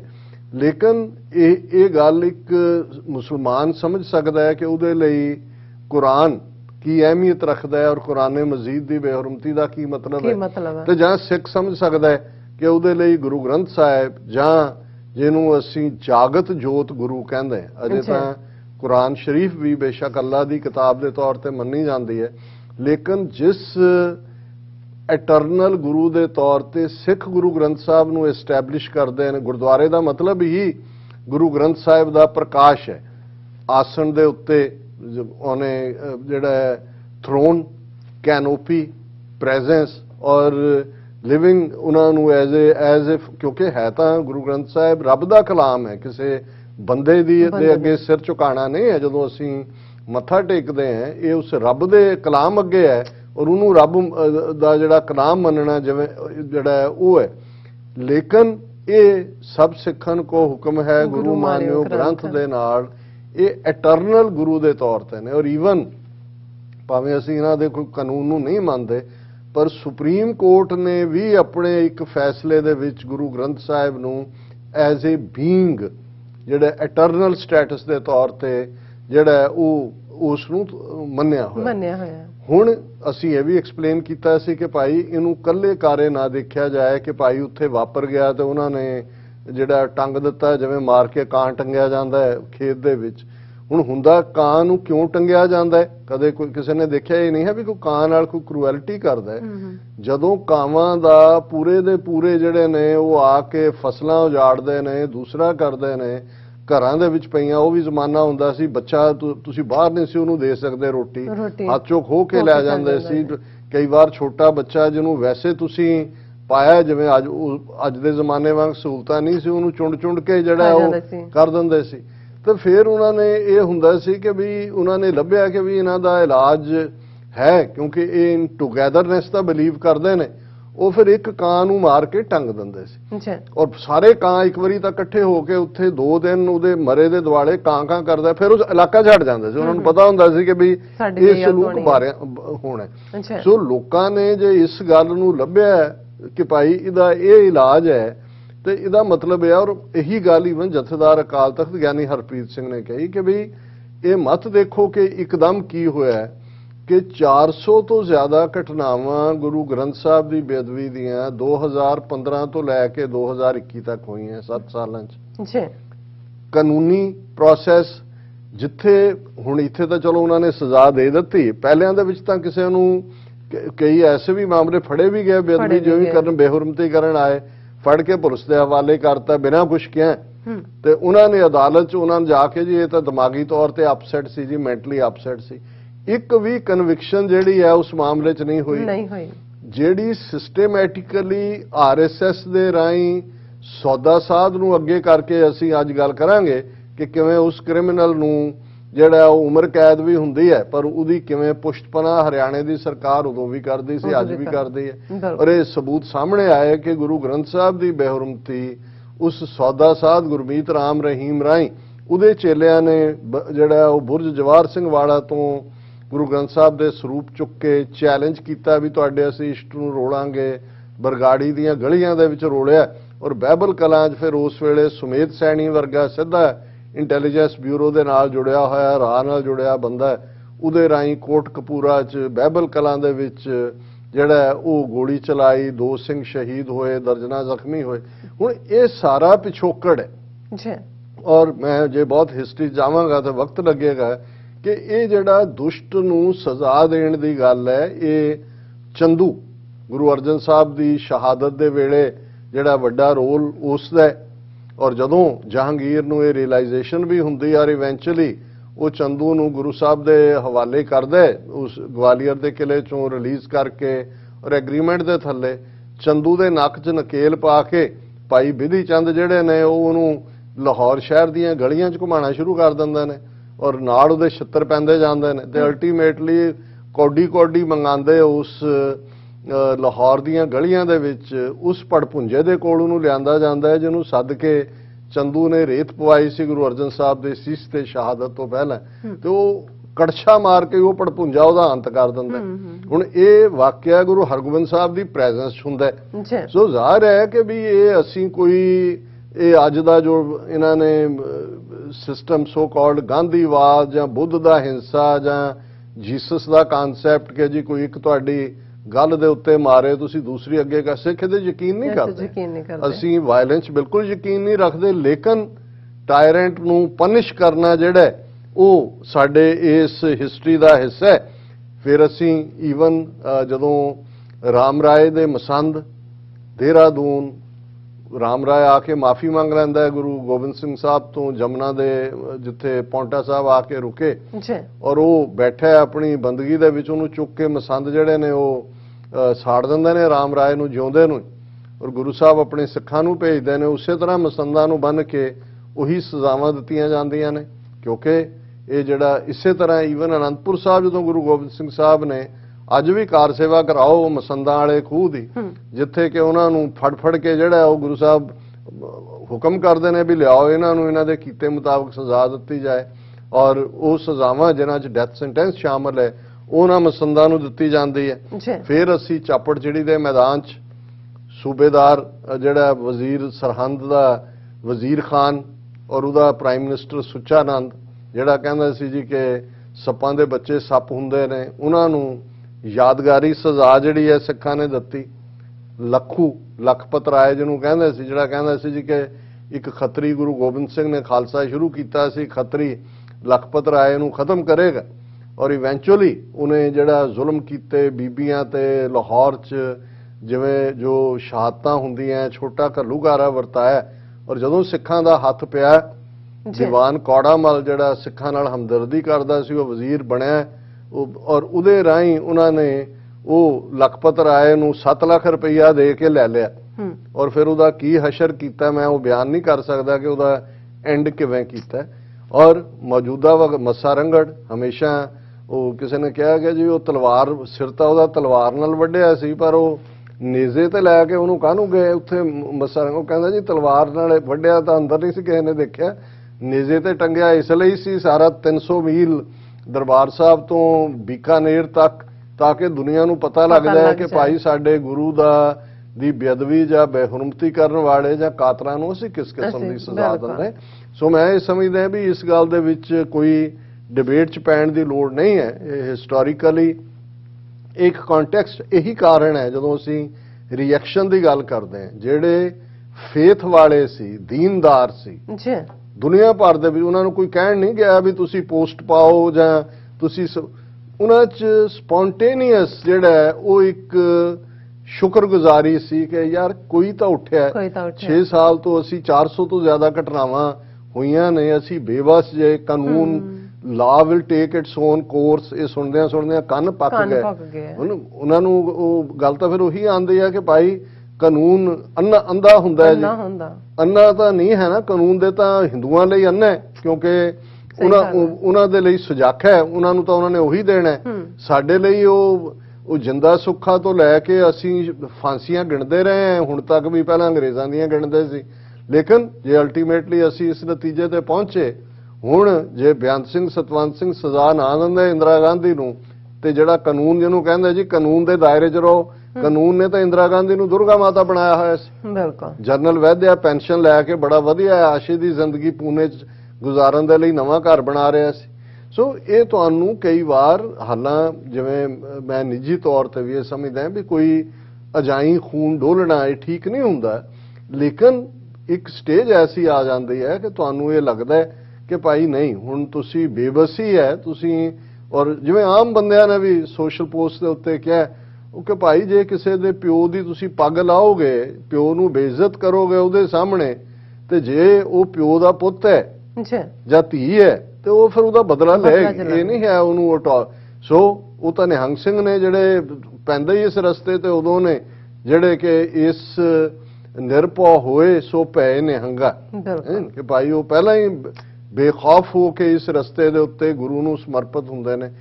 ਸੋ ਇਹੀ ਗੱਲ ਜਦੋਂ ਅਸੀਂ ਕਹਿੰਦੇ ਵੀ ਇੱਕ ਪਾਸੇ ਫੇਥ ਵਾਲਿਆਂ ਨੇ ਮੁਕੰਮਲ ਦਿੱਤਾ ਹੈ, ਔਰ ਚੰਗੀ ਗੱਲ ਇਹ ਹੈ ਕਿ ਵੀ ਜਿਹੜਾ ਫੇਥਫੁਲਸ ਦਾ ਸਿੱਖੀ ਵਿਸ਼ਵਾਸ ਵਾਲਿਆਂ ਦਾ ਰਿਐਕਸ਼ਨ ਇੰਨਾ ਸਟਰੋਂਗ ਸੀ ਕਿ ਬਾਦਲ ਕੇ ਜਾਂ ਇਨਕਲੂਡਿੰਗ ਉਹਨਾਂ ਦੇ ਜਥੇਦਾਰ ਤਖਤਾਂ ਦੇ ਗਿਆਨੀ ਹਰਪ੍ਰੀਤ ਸਿੰਘ ਖਾਸ ਤੌਰ ਤੇ ਐਕਟਿੰਗ ਜਥੇਦਾਰ, ਉਹਨਾਂ ਨੇ ਵੀ ਪੋਜ਼ਿਟਿਵ ਐਕਟਿੰਗ ਹੀ ਕੀਤੀ। ਉਹਨਾਂ ਨੇ ਵੀ BBC ਦੇ ਨਾਲ ਉਹਨਾਂ ਦਾ ਜਿਹੜਾ ਇੰਟਰਵਿਊ ਹੈ ਉਹਦੇ 'ਚ ਉਹਨਾਂ ਨੇ ਕਿਹਾ ਕਿ ਭਾਈ ਇਹ 7 ਸਾਲ ਤੋਂ ਜੋ ਵਰਤਾਰਾ ਚੱਲ ਰਿਹਾ ਸੀ ਉਸ ਦਾ ਇਹ ਨਤੀਜਾ ਹੈ ਪਿਛਲੇ 6 ਸਾਲ ਤੋਂ। ਔਰ ਉਹਨਾਂ ਨੇ ਕਿਹਾ ਕਿ ਵੀ ਇਹਦੀ ਪ੍ਰੋਪਰ ਜਾਂਚ, ਔਰ ਨਾਲ ਦੀ ਨਾਲ ਫੈਕਟ ਸਾਹਮਣੇ ਆਇਆ ਕਿ ਵੀ ਉਹ ਬੰਦਾ ਕਦੇ ਕਿਸੇ ਕਸਬੇ 'ਚ ਵੀ ਨਹੀਂ ਸੀ ਗਿਆ, ਤਰਨਤਾਰਨ ਤੱਕ ਵੀ ਪੈਸੇ ਉਹਦੇ ਕੋਲ ਨਹੀਂ, ਕੌਣ ਉਹਨੂੰ ਦਿੱਲੀ ਲੈ ਕੇ ਗਿਆ, ਕਿਨੇ, ਉਹਦੀ ਭੈਣ ਨੇ ਵੀ ਕਿਹਾ ਜੀ ਕਿਸੇ ਸੰਧੂ ਸਾਹਿਬ ਨਾਲ ਉਹ ਗੱਲ ਕਰਦਾ ਸੀ ਇਹ ਸਾਰੇ ਪੀਰੀਅਡ। ਸੋ ਪਰਪਸਡਲੀ ਉਹਨੂੰ ਲਿਆਂਦਾ ਗਿਆ। ਬੇਸ਼ੱਕ ਮਕਸਦ ਉਹਨਾਂ ਦਾ ਕਿਸਾਨ ਅੰਦੋਲਨ ਨੂੰ ਬਦਨਾਮ ਕਰਨਾ ਹੋਏ, ਜਾਂ ਇਹਨਾਂ ਦੇ ਨਿਹੰਗ ਗਰੁੱਪਾਂ ਨੇ ਇੱਕ ਵਾਰੀ ਕਿਤੇ ਕਿਹਾ ਸੀ ਕਿ ਜੀ ਇਹ ਬੇਅਦਬੀਆਂ ਇਸ ਲਈ ਹੋ ਰਹੀਆਂ ਕਿ ਵੀ ਉਹਨਾਂ ਨੇ ਕਿਹਾ ਸੀ ਨਿਹੰਗਾਂ ਦੇ ਕਰਕੇ ਦਿਖਾਓ ਕਿਤੇ, ਸੋ ਉਹਨਾਂ ਨੇ ਇਹ ਵੀ ਕਰਕੇ ਦਿਖਾ ਦੇਣਾ ਸੀ। ਉਹਨਾਂ ਨੇ ਕਹੋ ਜੀ ਕਰ ਲਿਆ ਤੁਸੀਂ, ਬੜੇ ਹਥਿਆਰ ਚੱਕੀ ਫਿਰਦੇ ਹੋ ਅੰਦਰ ਬਾਹਰ, ਅਸੀਂ ਤੁਹਾਡੇ ਟਿਕਾਣੇ ਤੇ ਜਾ ਕੇ। ਸੋ ਇਹਦੇ 'ਚ ਕੋਈ ਦੋ ਰਾਵਾਂ ਨਹੀਂ ਨੇ ਕਿ ਹੁਣ ਗੱਲ ਉਹਨੂੰ ਕਾਸਟ ਐਂਗਲ ਦੇਣ ਦੀ ਕੋਸ਼ਿਸ਼ ਕੀਤੀ ਗਈ ਕਿ ਜੀ ਦੇਖੋ ਜਿਹੜਾ ਇੱਕ ਦਲਿਤ ਦਾ ਕਰ ਦਿੱਤਾ ਹੈ, ਉਹ ਵੀ ਦੱਬ ਗਈ ਨਾਲ ਦੀ ਨਾਲ, ਕਿਉਂਕਿ ਇਹਨਾਂ 'ਚੋਂ ਬਹੁਤ ਸਾਰਿਆਂ ਨੂੰ ਨਹੀਂ ਪਤਾ ਕਿ ਨਿਹੰਗ ਸਿੰਘਾਂ ਦੇ ਜਥਿਆਂ 'ਚ ਵੱਡੀ ਗਿਣਤੀ ਦੇ ਵਿੱਚ ਦਲਿਤ ਸਿੰਘ ਸ਼ਾਮਲ ਨੇ। ਔਰ ਜਿਹੜੇ ਪਹਿਲੇ ਦੋ ਜਿਨ੍ਹਾਂ ਦੀ ਨੇ ਗ੍ਰਿਫਤਾਰੀ ਵੀ ਦਿੱਤੀ ਜਿਨ੍ਹਾਂ ਦੇ ਵਿੱਚ ਨਾਰਾਇਣ ਸਿੰਘ ਔਰ ਸਰਬਜੀਤ ਸਿੰਘ ਦੋਨਾਂ ਦਾ ਸੰਬੰਧ ਹੀ ਦਲਿਤ ਪਰਿਵਾਰਾਂ ਨਾਲ ਹੈ। ਜੀ। ਉਹਨਾਂ ਨੇ ਕਿਹਾ ਇੱਥੇ ਗੱਲ ਕਾਸਟ ਸਿਸਟਮ ਦੀ ਨਹੀਂ ਹੈ, ਸਿੱਖੀ ਦੀ ਹੈ। ਸਿੱਖੀ ਦੀ ਹੈ। ਬੇਸ਼ੱਕ ਉਹਨੂੰ ਤੁਸੀਂ ਇਹ ਹੁਣ ਮਾਇਆਵਤੀ ਜਿਹੜੀ ਜਿਹਨੇ ਅਲਟੀਮੇਟਲੀ ਬੀਜੇਪੀ ਦੇ ਨਾਲ ਉਹ ਵੀ ਉਵੇਂ ਹੀ ਕਰਪਟ ਹੈ ਜਿਵੇਂ ਅਮਰਿੰਦਰ ਹੈ। ਅਮਰਿੰਦਰ ਵੀ ਬੜਿਆ ਹੋਇਆ ਬੀਜੇਪੀ ਦੇ ਨਾਲ, ਤੇ ਉੱਥੇ ਭਾਵੇਂ ਉਹਨੇ ਸਮਝੌਤਾ ਬਾਦਲ ਦਲ ਨਾਲ ਕੀਤਾ ਮਾਇਆਵਤੀ ਨੇ ਕਿ ਜੀ ਅਸੈਂਬਲੀ ਚੋਣਾਂ ਲੜਨੀ ਹੈ, ਉਹਨੂੰ ਉੱਥੇ ਬੈਠਿਆ ਉਹਨੂੰ ਲਖੀਮਪੁਰ ਖੀਰੀ 'ਚ ਨਹੀਂ ਹੋ ਗਈ, ਨਾ ਹੀ ਉਹਨੇ ਕੋਈ ਰਿਐਕਟ ਕੀਤਾ। ਇੱਥੇ ਜੀ ਦਲਿਤ ਦੀ ਹੱਤਿਆ ਹੋਈ, ਪੰਜਾਬ ਸਰਕਾਰ 50-50 ਲੱਖ ਰੁਪਈਆ ਉਹਨੂੰ ਵੀ ਦੇ ਜਿਵੇਂ ਕਿਸਾਨਾਂ ਨੂੰ ਦਿੱਤਾ ਸੀ, ਔਰ ਇਹ ਜਿਹੜਾ ਇਵੇਂ ਹੋ ਗਿਆ ਉਵੇਂ ਹੋ ਗਿਆ। ਸੋ ਅਦਰ ਦੈਨ ਦੈਟ ਜਾਂ ਮਨਜਿੰਦਰ ਸਿਰਸਾ ਜਿਹਨੂੰ ਬਹੁਤ ਦੁੱਖ ਹੋਇਆ ਔਰ ਬਹੁਤ ਫਲਾਣਾ, ਉਹ ਤਾਂ ਆਪਣੇ ਕਿਉਂਕਿ ਬੀਜੇਪੀ ਦਾ ਹੀ ਹੈ, ਉਹਦਾ ਰਿਐਕਸ਼ਨ ਤਾਂ ਹਿੰਦੂ ਤਵੀਆਂ ਦਾ ਹੀ ਮੰਨਿਆ ਜਾਏ। ਜੀ। ਸੋ ਮੈਂ ਸਮਝਦਾ ਹਾਂ ਵੀ ਬਾਕੀ ਜਿੰਨੇ ਵੀ ਨੇ ਈਵਨ ਅਕਾਲੀ ਜਾਂ ਈਵਨ ਕਾਂਗਰਸੀ ਵੀ, ਉਹਨਾਂ 'ਚ ਕਿਸੇ ਦਾ ਤੁਹਾਨੂੰ ਉਹ ਨਜ਼ਰ ਨਹੀਂ ਆਏਗਾ। ਕਿਸਾਨਾਂ ਨੇ ਆਪਣੀ ਪ੍ਰੈਸ ਕਾਨਫਰੰਸ ਕਰਕੇ ਆਪਣੇ ਹੱਥ ਤਾਂ ਧੋ ਲਏ ਕਿ we have nothing to do, ਇਹਨਾਂ ਨੂੰ ਉਠਾਓ। ਇੱਥੋਂ ਤੱਕ ਵੀ ਉਹ ਜਿਹੜਾ ਯੋਗਿੰਦਰ ਯਾਦਵ ਔਰ ਦੂਜਾ ਵੀ ਮੀਡੀਆ ਨੇ ਵੀ ਉਹਨਾਂ ਨੂੰ ਕੀਤਾ, ਲੇਕਿਨ ਫਿਰ ਵੀ ਉਹਨਾਂ ਨੇ ਇਹ ਕਿਹਾ ਕਿ ਜੀ ਇਹ ਇੱਕ ਕੰਸਪੀਰੇਸੀ ਹੈ। ਬੰਦਾ 2 ਦਿਨ ਪਹਿਲਾਂ ਉੱਥੇ ਆਂਦਾ ਹੈ, ਅਚਾਨਕ ਬੇਅਦਬੀ ਕਰਨ 'ਚ ਫੜਿਆ ਜਾਂਦਾ ਹੈ, ਔਰ ਉਸ ਸਾਰੇ 'ਚ ਜਿਹੜਾ ਇਹ ਉਹਨਾਂ ਨੇ ਕਿਹਾ ਵੀ ਬੇਸ਼ੱਕ ਅਸੀਂ ਐਂਡੋਰਸ ਨਹੀਂ ਕਰਦੇ ਵਾਇਲੈਂਸ ਨੂੰ, ਬਟ ਇਹ ਇੱਕ ਕੰਸਪੀਰੇਸੀ ਹੈ। ਬਿਲਕੁਲ। ਸੋ ਜ਼ਾਹਰ ਹੈ ਕਿ ਉਹ ਤਾਂ ਉਸੇ ਐਕਸਪੈਕਟਡ ਲਾਈਨ ਤੇ ਹੀ ਸੀ, ਉਹ ਤਾਂ 26 ਜਨਵਰੀ ਵਾਲੀ ਲਾਈਨ ਵਾਂਗ ਹੀ ਹੈ। ਲੇਕਿਨ ਜਿਹੜਾ ਇੱਕ ਕੱਚਾ ਪਿੱਲਾ ਤਬਕਾ ਜਿਨ੍ਹਾਂ ਨੂੰ ਲੱਗਦਾ ਹੁੰਦਾ ਹੈ ਕਿ ਜੇ ਸਾਰੇ ਵਾਹ-ਵਾਹ ਕਰ ਰਹੇ ਹੋਣ ਤਾਂ ਵਾਹ-ਵਾਹ ਕਰੋ, ਜੇ ਕੋਈ ਓਏ ਓਏ ਕਰ ਰਿਹਾ ਹੋਏ ਫਿਰ ਓਏ ਓਏ ਕਰੋ, ਉਹਨਾਂ ਦੀ ਕੋਈ ਪਰਵਾਹ ਕਰਨ ਦੀ ਬਹੁਤੀ ਲੋੜ ਨਹੀਂ ਹੈ। ਸੋ ਇਸ ਸਾਰੇ ਨੇ ਇੱਕ ਨੈਰੇਟਿਵ ਸੈੱਟ ਕਰ ਦਿੱਤਾ ਹੈ, ਔਰ ਇਹ ਹੁਣ ਇਹ ਨਹੀਂ ਹੈ ਵੀ ਕੱਲੀ ਘਟਨਾ, ਆਉਣ ਵਾਲੇ ਪੀਰੀਅਡ 'ਚ ਇਸ ਗੱਲ ਦਾ ਧਿਆਨ ਰਹੇ ਕਿ ਜੇ ਕਿਸੇ ਨੇ ਕੁਛ ਇਸ ਕਿਸਮ ਦੀ ਹਰਕਤ ਦੁਬਾਰਾ ਕਰਨ ਦੀ ਕਿਤੇ ਕੋਸ਼ਿਸ਼ ਕੀਤੀ ਤੇ ਉਹਨਾਂ ਨਿਹੰਗ ਸਿੰਘਾਂ ਨੇ, ਔਰ ਮੈਂ ਸਮਝਦਾ ਵੀ ਜਿਹੜਾ ਹਾਲਾਂਕਿ ਕਈਆਂ ਨੂੰ ਲੱਗਦਾ ਹੈ ਕਿ ਵੀ ਉਹਨਾਂ ਨੂੰ ਗ੍ਰਿਫਤਾਰੀ ਨਹੀਂ ਸੀ ਦੇਣੀ ਚਾਹੀਦੀ, ਉਹ ਗੁਰੂ ਕੀਆਂ ਲਾਡਲੀਆਂ ਫੌਜ, ਮੈਂ ਸਮਝਦਾ ਨਹੀਂ, ਇਹ ਵੀ ਉਹਨਾਂ ਦੀ ਫੀਅਰਲੈਸਨੈਸ ਦਿਖਾਉਂਦਾ ਹੈ। ਉਹਨਾਂ ਨੇ ਕਿਹਾ ਠੀਕ ਹੈ, ਉਹ ਜਿਵੇਂ ਸ਼ਹੀਦ ਬੇਅੰਤ ਸਿੰਘ ਨੇ ਜਦੋਂ ਇੰਦਰਾ ਗਾਂਧੀ ਦੇ ਉੱਤੇ ਆਪਣਾ ਰਿਵਾਲਵਰ ਖਾਲੀ ਕੀਤਾ ਤੇ ਸਤਵੰਤ ਸਿੰਘ ਨੇ ਆਪਣੀ ਕਾਰਬਾਈਨ ਖਾਲੀ ਕੀਤੀ, ਆਪਣੀ ਸਟੇਨ, ਤੇ ਨਾਲ ਦੀ ਨਾਲ ਹੀ ਬੇਅੰਤ ਸਿੰਘ ਨੇ ਪਿਸਤੌਲ ਸੁੱਟ ਕੇ ਕਿਹਾ ਸੀ हमने कि अपना काम कर दिया। नहीं, हमने जो करना था कर लिया, तुमने जो करना है करो। सो उन्होंने निहंग ਸਿੰਘਾਂ ਨੇ ਅਦਾਲਤ 'ਚ ਵੀ ਖਲੋ ਕੇ ਕਿਹਾ ਕਿ ਜੀ ਅਸੀਂ ਜ਼ਿੰਮੇਵਾਰੀ ਲੈਂਦੇ ਹਾਂ, ਸਾਡੇ ਇਸ਼ਟ ਦੇ ਨਾਲ ਕੀਤਾ ਨਾਲ ਗਿਆ। ਉਹਨਾਂ ਨੇ ਜੇ ਫਿਰ ਵੀ ਕੋਈ ਕਰੇਗਾ ਇਹੀ ਅਸੀਂ ਸਜ਼ਾ ਦੇਵਾਂਗੇ। ਸੋ ਮੈਂ ਸਮਝਦਾ ਹਾਂ ਵੀ ਇਹਦੇ ਨਾਲ ਇੱਕ ਜਿਵੇਂ ਹਰਿਆਣਵੀ ਜਾਟ ਦੀ ਇੱਕ ਵੀਡੀਓ ਬੜੀ ਸਰਕੂਲੇਟ ਹੋ ਰਹੀ ਹੈ, वो कहता सिखों को क्या डराओगे, वो डरने वाले सुन लो वो क्या कह रहे हैं। सो मतलब ये है कि उन्होंने कह रहे भी यही ने तुहाडे अन्नदाता भी यही, तुहानू डिफेंड करने वाले भी यही ने, और वो गुरु दे मामले च जिहड़ा मैसेज हिंदू तवियां नू गया across the country and across the continents कि भी ये तुसी समझदे तुसी भी वाटर टेस्ट कर रहे हो कि भाई तुसी सिखां नू हिंदूआइज है, नहीं, अजे भी वो अणख वाले जिउंदे ने जिहड़े कि गुर की निंदा सुने न कान, भेंट करें ते संग कृपान। जी राठ साहब थोड़ा बहुत बहुत शुक्रिया। स्वागत लेने ब्रेक व्यूअर्स हैं दोस्तों, इसी तरह बने रहना, मिलते हैं after this short break.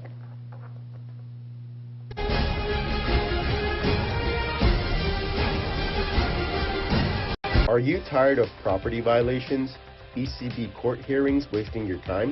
AM Expediting Drafting and Design is the solution for your problems.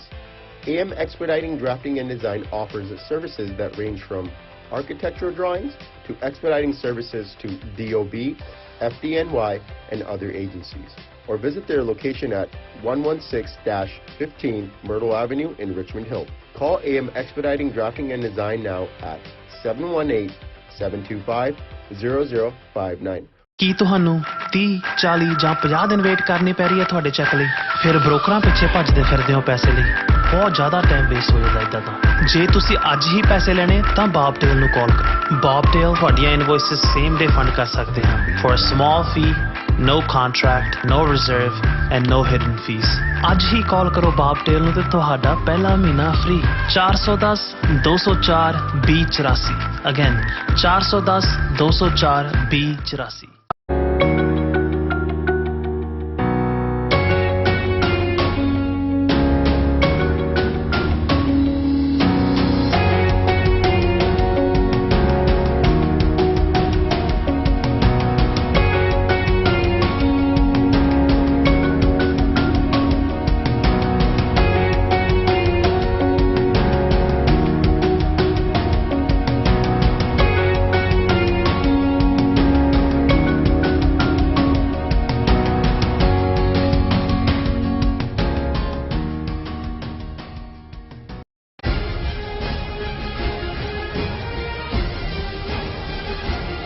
Viewers welcome back to programme. So viewers ਆਪਾਂ ਗੱਲਬਾਤ ਕਰਨ ਜਾ ਰਹੇ ਹਾਂ ਕਿ ਹਿੰਦੂ ਤਵੀਆਂ ਦੇ ਕਿਵੇਂ ਅੱਡ-ਅੱਡ ਜਿਹੜੇ ਨੇ ਪੈਮਾਨੇ ਨੇ। ਸੋ ਇਸ ਦੀ ਇੱਕ ਉਦਾਹਰਨ ਆਸਟ੍ਰੇਲੀਆ ਵਿੱਚ ਹਿੰਦੂ ਤਵੀ ਗੁੰਡੇ ਵਿਸ਼ਾਲ ਜੂਦ ਦਾ ਭਾਰਤ ਵਿੱਚ ਕੀਤਾ ਗਿਆ ਸਵਾਗਤ ਹੈ। ਸੋ ਯਾਦ ਰਹੇ ਕਿ ਵਿਸ਼ਾਲ ਜੂਦ ਨੇ ਆਸਟ੍ਰੇਲੀਆ ਵਿੱਚ ਹੁੰਦਿਆਂ ਸਿੱਖਾਂ ਦੇ ਖਿਲਾਫ ਹਿੰਸਕ ਕਾਰਵਾਈਆਂ ਵਿੱਚ ਹਿੱਸਾ ਲਿਆ ਸੀ, ਜਿਸ ਦੇ ਨਤੀਜੇ ਵਜੋਂ ਉਸ ਨੂੰ ਆਸਟ੍ਰੇਲੀਆ ਦੀ ਅਦਾਲਤ ਵੱਲੋਂ ਸਜ਼ਾ ਯਾਫਤਾ ਕੀਤਾ ਗਿਆ ਸੀ। ਸੋ ਆਸਟ੍ਰੇਲੀਆ ਵਿੱਚ 6 ਮਹੀਨੇ ਜੇਲ੍ਹ ਕੱਟਣ ਤੋਂ ਬਾਅਦ ਵਿਸ਼ਾਲ ਜੂਦ ਨੂੰ ਭਾਰਤ ਵਾਪਸ ਡਿਪੋਰਟ ਕੀਤਾ ਗਿਆ ਹੈ। ਸੋ ਜਿੱਥੇ ਕਿ ਹਰਿਆਣੇ ਵਿੱਚ ਉਸ ਦਾ ਥਾਂ-ਥਾਂ ਤੇ ਸਵਾਗਤ ਕੀਤਾ ਗਿਆ। ਦੂਸਰੇ ਪਾਸੇ ਨਿਹੰਗ ਸਿੰਘਾਂ ਦੀ ਕਾਰਵਾਈ ਨੂੰ ਲੈ ਕੇ ਹਿੰਦੂ ਤਵੀਆਂ ਵੱਲੋਂ ਚੀਕ ਚਿਹਾੜਾ ਜਿਹੜਾ ਪਾਇਆ ਜਾ ਰਿਹਾ। ਸੋ ਇਸ ਬਾਰੇ ਆਪਾਂ ਗੱਲਬਾਤ ਕਰਨ ਜਾ ਰਹੇ ਹਾਂ। ਸੋ ਅਸੀਂ ਚਾਹਾਂਗੇ ਕਿ ਤੁਸੀਂ ਨਾਲ ਇਸੇ ਤਰ੍ਹਾਂ ਬਣੇ ਰਹਿਣਾ, ਦੇਖਣ ਸੁਣਨੀ ਜਾਂ ਲਿਖਣ ਲਈ ਤੁਹਾਡਾ ਸਭ ਦਾ ਬਹੁਤ-ਬਹੁਤ ਸ਼ੁਕਰੀਆ ਜੀ। ਡਾਕਟਰ ਸਾਹਿਬ ਕੀ ਵਿਚਾਰਾਂ ਨੇ ਇਸ ਮੁੱਦੇ ਬਾਰੇ? ਦੇਖੋ, ਕਿਸੇ ਜ਼ਮਾਨੇ 'ਚ ਇੱਕ ਬੜਾ ਮਸ਼ਹੂਰ ਨਾਵਲ ਚਾਰਲਸ ਡਿਕਨਸ ਦਾ the tale of two cities ਜੀ ਬੜਾ ਪਪੂਲਰ, ਔਰ ਇਕੋ ਸਿਸਟਮ ਦੇ ਵਿੱਚ ਕਿਵੇਂ ਇੱਕ ਪਾਸੇ ਲੋਕ ਬੜੇ ਖੁਸ਼ਹਾਲ ਇਆਸ਼ੀ ਔਰ ਮौज ਮਸਤੀ ਦੀ ਜ਼ਿੰਦਗੀ ਜੀ ਰਹੇ ਨੇ, ਤੇ ਦੂਸਰੇ ਪਾਸੇ ਦੂਸਰੇ ਸ਼ਹਿਰ ਦੇ ਵਿੱਚ ਜਾਂ ਦੂਸਰੇ ਹਿੱਸੇ ਦੇ ਲੋਕ ਜਿਹੜੇ ਨੇ ਕਿਵੇਂ ਗੁਰਬਤ ਦੇ ਨਾਲ ਘੁਲ ਰਹੇ ਨੇ, ਗੁਰਬਤ ਦੇ ਨਾਲ ਮਰ ਰਹੇ ਨੇ, ਕਿਵੇਂ ਉਹ ਤੰਗਦਸਤੀਆਂ ਚੋਂ ਗੁਜ਼ਰ ਰਹੇ ਨੇ। ਸੋ ਇਹ ਅਕਸਰ ਜਦੋਂ ਟੇਲ ਆਫ ਟੂ ਸਿਟੀਜ਼ ਔਰ ਉਸ ਡੈਨਮਾਰਕ ਦੇ ਹਵਾਲੇ ਨਾਲ ਜ਼ਿਕਰ ਹੁੰਦਾ ਹੈ, ਤੇ ਜੇ ਅਸੀਂ ਭਾਰਤ ਦੇ ਹਵਾਲੇ ਨਾਲ ਗੱਲ ਕਰੀਏ ਤੇ ਇਹ ਵੀ ਟੇਲ ਆਫ ਟੂ ਸਿਟੀਜ਼ ਵਾਲਾ ਪਾਰਟ ਹੀ ਰਿਹਾ। ਇੱਕ ਅਰਬਨ ਇੰਡੀਆ, ਜੇ ਕੋਈ ਦਿੱਲੀ, ਬੰਬਈ ਜਾਂ ਬੰਗਲੌਰ, ਜਿੱਥੇ ਬਹੁਤ ਸਾਰੀਆਂ ਇਮਾਰਤਾਂ ਅੰਗਰੇਜ਼ ਕਾਲ ਦੀਆਂ ਹੀ ਬਣੀਆਂ ਹੋਈਆਂ ਨੇ, ਉਹਨਾਂ ਵੱਲ ਦੇਖੇ ਔਰ ਉਹਨਾਂ ਦੀਆਂ ਰਿੰਗ ਰੋਡਸ ਔਰ ਵੱਡੇ ਵੱਡੇ ਜਿਹੜੇ ਨੇ ਉਹ ਪ੍ਰੈਜ਼ੀਡੈਂਟ ਹਾਊਸ ਤੋਂ ਲੈ ਕੇ ਵੱਡੇ ਵੱਡੇ ਬੰਗਲੇ ਦੇਖੇ, ਤਾਂ ਉਹ ਕਹੇ ਵੀ ਵਾਹ, ਇਸ ਕਿਸਮ ਦੀ ਸਹੂਲਤ ਜਾਂ ਇਸ ਕਿਸਮ ਤਾਂ ਯੂਰਪ ਔਰ ਅਮਰੀਕਾ 'ਚ ਵੀ ਨਹੀਂ ਹੈ ਜੀ। ਉਹਨੂੰ ਜੇ ਤੁਸੀਂ ਦੂਸਰਾ ਇੰਡੀਆ ਦੇਖਣਾ ਫਿਰ ਤੁਸੀਂ ਜਿਉਂ ਹੀ ਦਿੱਲੀ ਦੇ ਤੁਸੀਂ ਉਹਨਾਂ ਦੇ ਸਲਮ ਦੇਖ ਲਓ, ਬਾਹਰ ਨਿਕਲੋ ਤੇ ਫਿਰ ਟ੍ਰੇਨ ਫੜ ਲਓ, ਦਿੱਲੀ ਤੋਂ ਬੰਬੇ ਤੱਕ ਚਲੇ ਜਾਓ ਤੇ ਰੇਲਵੇ ਲਾਈਨ ਦੇ ਦੂਜੇ ਪਾਸੇ ਦੋਨੋਂ ਹਿੱਸਿਆਂ ਤੇ ਨਜ਼ਰ ਮਾਰੋ ਸੂਰਜ ਚੜ੍ਹਨ ਤੋਂ ਪਹਿਲੇ ਤੇ ਨਾਲ ਤੇ ਫਿਰ ਜਿਵੇਂ ਕਿਸੇ ਨੇ ਉੱਥੇ ਯਾਤਰਾ ਕਰਦਿਆਂ ਇੱਕ ਵਾਰ ਕਿਹਾ ਸੀ ਕਿ now I can say I know India, India is a big latrine, ਜੋ ਦੋਵੇਂ ਪਾਸੇ ਸੜਕ ਤੇ ਚੱਲ ਰਿਹਾ। ਪਰ ਜੇ ਤੁਸੀਂ ਹੋਰ ਇੰਟੀਰੀਅਰ 'ਚ ਜਾ ਕੇ ਜਾਂ ਦੂਜਾ ਦੇਖੋ, ਅਸੀਂ ਅਜੇ ਕੁਝ ਦਿਨ ਪਹਿਲਾਂ ਹੀ ਜਿਹੜਾ ਗਲੋਬਲ ਹੰਗਰ ਇੰਡੈਕਸ ਦੀ ਗੱਲ ਕਰਕੇ ਹਟੇ ਕਿ ਦੁਨੀਆ ਦੇ ਸਭ ਤੋਂ ਮਾੜੇ ਸਬ ਸਹਾਰਨ ਅਫਰੀਕਨ ਮੁਲਕਾਂ 'ਚ ਜਿਹੜੇ 15-16 ਦੇਸ਼ ਨੇ, ਉਹਨਾਂ ਦੇ ਬਰਾਬਰ 200 ਸਮਥਿੰਗ 215 ਦੇਸ਼ਾਂ 'ਚੋਂ ਭਾਰਤ ਦਾ ਰੈਂਕ ਹੈ, ਮੱਚ ਬਿਲੋ ਬੰਗਲਾਦੇਸ਼, ਨੇਪਾਲ ਔਰ ਪਾਕਿਸਤਾਨ। ਸੋ ਇਹ ਤਾਂ ਉਹਨਾਂ ਦੇ ਜਿਹੜੀ ਗੁਰਬਤ ਦਾ ਹਾਲ ਹੈ। ਪਰ ਜੇ ਹੁਣ ਅਸੀਂ ਜਿਨ੍ਹਾਂ ਦੇ ਹੱਥ 'ਚ ਅੱਜ ਪਾਵਰ ਹੈ, ਹਿੰਦੂ ਤਵੀ ਸਿਸਟਮ, ਔਰ ਅਕਸਰ ਜਮਹੂਰੀਅਤ ਦੀ ਗੱਲ ਕਰਦੇ ਆ, legislature, executive, judiciary, media as a 4th pillar ਦੀ ਗੱਲ ਕਰਦੇ ਆ। ਅੱਜ ਅਸੀਂ ਉਹ ਗੱਲ ਨਹੀਂ ਕਰਾਂਗੇ ਡੀਟੇਲ 'ਚ, ਸਿਰਫ ਇੱਕੋ ਗੱਲ, ਦੋ ਘਟਨਾਵਾਂ ਸਾਈਮਲਟੇਨੀਅਸਲੀ ਵਾਪਰਦੀਆਂ ਨੇ। ਸਾਈਮਲਟੇਨੀਅਸ ਇਸ ਲਈ ਕਿਉਂਕਿ ਅਸੀਂ ਸਿੰਘੂ ਬਾਰਡਰ ਦੇ ਉੱਤੇ ਗੁਰੂ ਗ੍ਰੰਥ ਸਾਹਿਬ ਦੀ ਬੇਅਦਬੀ ਕਰਨ ਆਏ, ਏਜੰਸੀਆਂ ਦੇ ਤਿਆਰ ਕਰਕੇ ਭੇਜੇ ਇੱਕ ਬੰਦੇ ਦਾ ਦਰਦਨਾਕ ਅੰਤ, ਔਰ ਦੂਸਰੇ ਪਾਸੇ ਆਸਟ੍ਰੇਲੀਆ 'ਚ 6 ਮਹੀਨੇ ਪਹਿਲਾਂ ਜਿਵੇਂ ਇੱਕ ਹਰਿਆਣੇ ਦਾ ਨੌਜਵਾਨ 24 ਸਾਲਾ ਜਿਹਦਾ ਨਾਂ ਵਿਸ਼ਾਲ ਜੂਦ ਕਰਕੇ ਆਂਦਾ ਹੈ, ਰਾਜਪੂਤ ਰੋਡ ਇਹਨਾਂ ਦੀ ਇੱਕ ਕਮਿਊਨਿਟੀ ਹੈ ਉਹਦੇ ਨਾਲ ਸੰਬੰਧਿਤ, ਇਹਨਾਂ ਦੋਨਾਂ ਦਾ ਕੰਟਰਾਸਟ ਲੋਕਾਂ ਵੱਲੋਂ, ਜੇ ਨਿਹੰਗ ਸਿੰਘ ਜਿਨ੍ਹਾਂ ਨੇ ਇਹ ਗੁਰੂ ਗ੍ਰੰਥ ਸਾਹਿਬ ਆਪਣੇ ਇਸ਼ਟ ਦੇ ਅਦਬ ਅਦਾਬ ਦੇ ਲਈ ਇਹ ਐਕਸਟ੍ਰੀਮ ਸਟੈਪ ਲਿਆ, ਜੇ ਕੋਈ ਉਹਦੀ ਤਾਰੀਫ ਦੇ ਵਿੱਚ ਸਿੱਖ ਕਹਿੰਦਾ ਹੈ ਕਿ ਭਾਈ ਇਹ ਉਹਨਾਂ ਨੇ ਕੋਈ ਨਿੱਜੀ ਝਗੜਾ ਨਹੀਂ ਸੀ, ਉਹਨਾਂ ਨੇ ਤਾਂ ਆਪਣੇ ਗੁਰੂ ਦਾ ਅਪਮਾਨ ਨਹੀਂ ਸਹਾਰਿਆ, ਤਾਂ ਉਹਨੂੰ ਕਹਿੰਦੇ ਨੇ ਇਹ ਤਾਲੀਬਾਨੀ ਹੈ, ਉਹਨੂੰ ਕਹਿੰਦੇ ਨੇ ਇਹ ਫੈਨੇਟਿਕ ਹੈ, ਇਹ ਭਿੰਡਰਾਂ ਵਾਲਿਆਂ ਦਾ ਚੇਲਾ ਹੈ, ਔਰ ਸਾਰੀ ਕਮਿਊਨਿਟੀ ਨੂੰ ਉਹਦੇ ਨਾਲ ਪੇਂਟ ਕਰਨ ਦੀ ਕੋਸ਼ਿਸ਼ ਹੈ। ਹੁਣ ਹਾਲਾਂਕਿ ਉਹਨਾਂ ਨੇ ਆਪਣਾ ਜਿਹੜੀ ਜੋ ਉਹਨਾਂ ਨੇ ਕੀਤਾ ਉਹਨੂੰ ਕਬੂਲਿਆ, ਉਹਨਾਂ ਨੇ ਕਿਹਾ ਠੀਕ ਹੈ, ਸਾਡੇ ਗੁਰੂ ਦੇ ਹੁਕਮ ਦੇ ਥੱਲੇ ਜੋ ਸਾਨੂੰ ਆਇਆ ਅਸੀਂ ਕੀਤਾ, ਹੁਣ ਤੁਹਾਡਾ ਕਾਨੂੰਨ ਹੈ, ਲਾਓ ਸਾਨੂੰ ਫਾਂਸੀ ਦਿਓ, ਅਸੀਂ ਪਿੱਛੇ ਨਹੀਂ ਹਟਦੇ।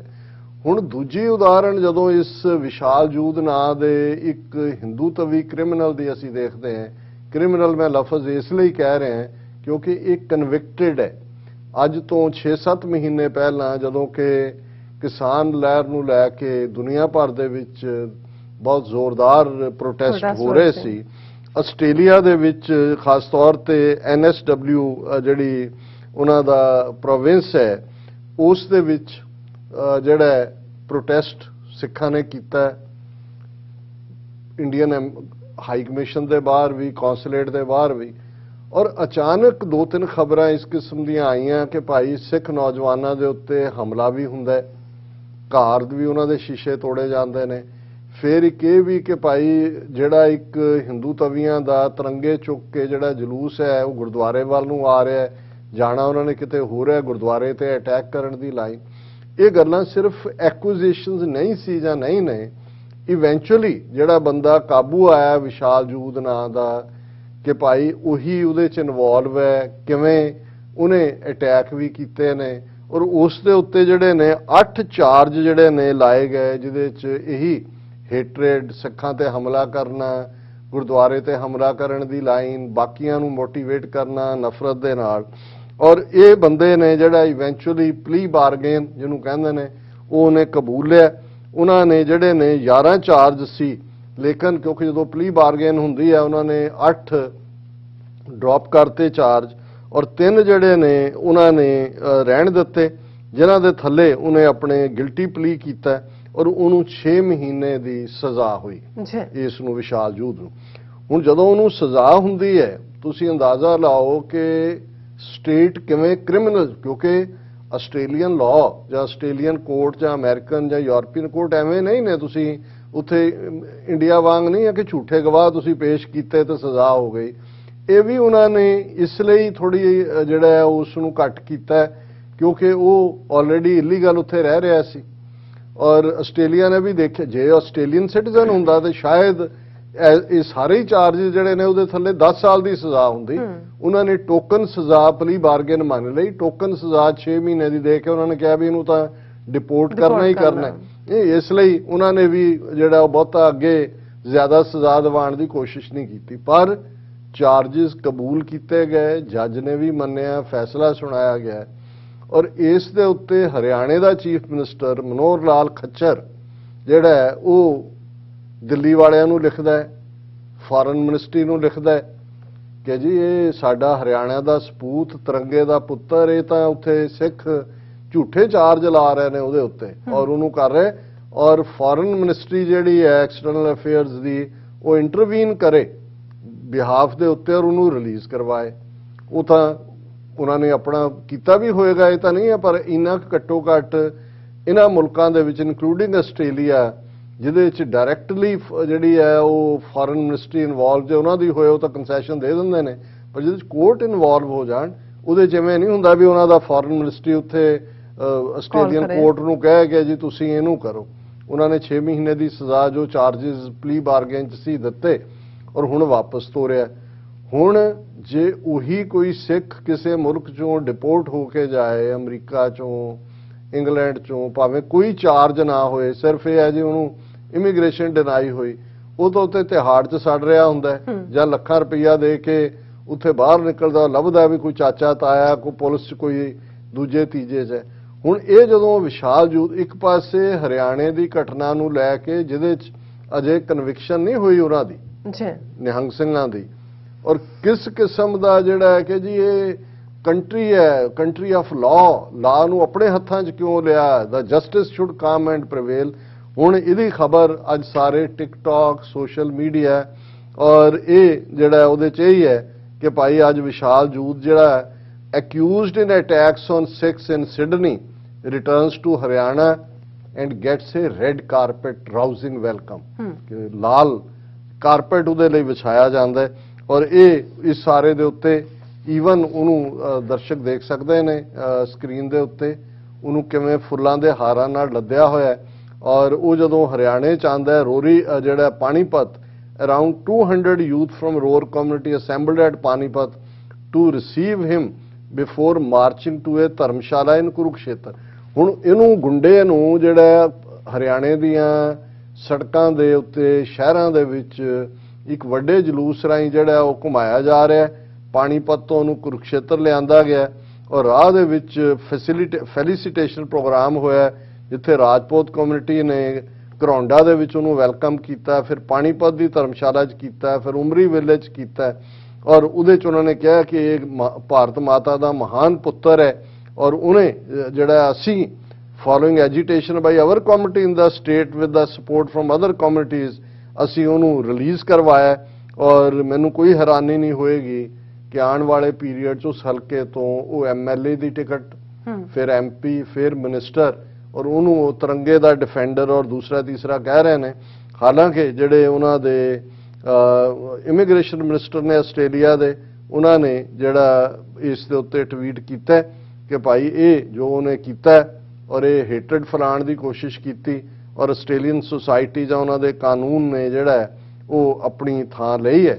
ਸੋ ਇਸ ਤੋਂ ਤੁਸੀਂ ਅੰਦਾਜ਼ਾ ਲਾਓ ਕਿ ਵੀ ਜਿੱਥੇ ਟੇਲ ਆਫ ਟੂ ਸਿਟੀਜ਼ ਡਿਕਨਸ ਦਾ ਕਹਿਣਾ ਸੀ, ਅੱਜ ਇਹ ਤੁਹਾਨੂੰ ਦੋ ਸਿਨੈਰੀਓ ਨਜ਼ਰ ਆ ਰਹੇ ਨੇ ਕਿ ਇੱਕ ਪਾਸੇ ਇੱਕ ਕਨਵਿਕਟਡ ਕ੍ਰਿਮੀਨਲ ਜਿਸ ਦੇ ਉੱਤੇ ਸਿੱਧਾ ਚਾਰਜ ਹੈ ਕਿ ਸਿੱਖਾਂ ਤੇ ਉਹਨੇ ਹਮਲੇ ਕੀਤੇ, ਪਲਾਨ ਕੀਤਾ, ਮਾਰਕਟਾਈ ਕੀਤੀ, ਉਹ ਜਿਹੜਾ ਅੱਜ ਜਦੋਂ ਜਾਂਦਾ ਤੇ ਹਿੰਦੂਤਵੀ ਸਟੇਟ ਜਿਹੜੀ ਜਮਹੂਰੀਅਤ ਕਹਿੰਦੀ ਹੈ ਉਹਨੂੰ ਐਜ਼ ਅ ਹੀਰੋਜ਼ ਵੈਲਕਮ ਦੇ ਰਹੀ ਹੈ। ਪਰ ਦੂਸਰੇ ਪਾਸੇ ਨਿਹੰਗ ਸਿੰਘਾਂ ਨੇ ਬਾਹਰ ਜਾ ਕੇ ਕਿਸੇ ਤੇ ਅਟੈਕ ਨਹੀਂ ਕੀਤਾ। ਅਮਰੀਕਾ ਦੇ ਵਿੱਚ ਜੇ ਤੁਹਾਡੇ ਘਰ ਆ ਕੇ ਕੋਈ ਤੁਹਾਡੇ ਵੜ ਜਾਂਦਾ, ਭਾਵੇਂ 10 ਬੰਦੇ ਹੋਣ, ਤੁਸੀਂ ਉਹਨਾਂ ਨੂੰ ਮੌਕੇ ਤੇ ਮਾਰ ਦਿਓ, ਤੁਹਾਡੇ ਤੇ ਚਾਰਜ ਨਹੀਂ ਲੱਗਦਾ ਕਿਉਂਕਿ ਤੁਸੀਂ ਡਿਫੈਂਡ ਕੀਤਾ ਆਪਣੇ ਆਪ ਨੂੰ।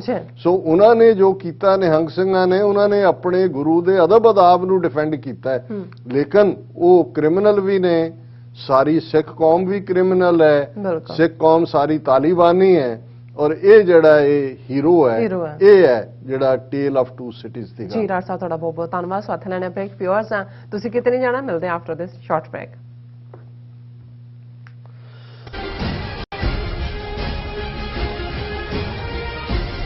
ਕੀ ਤੁਸੀਂ ਰੋਜ਼ਾਨਾ ਕੰਮ ਤੇ ਆਪਣਾ ਵਧੇਰੇ ਸਮਾਂ ਬਿਤਾਉਣ ਤੋਂ ਪਰੇਸ਼ਾਨ ਹੋ?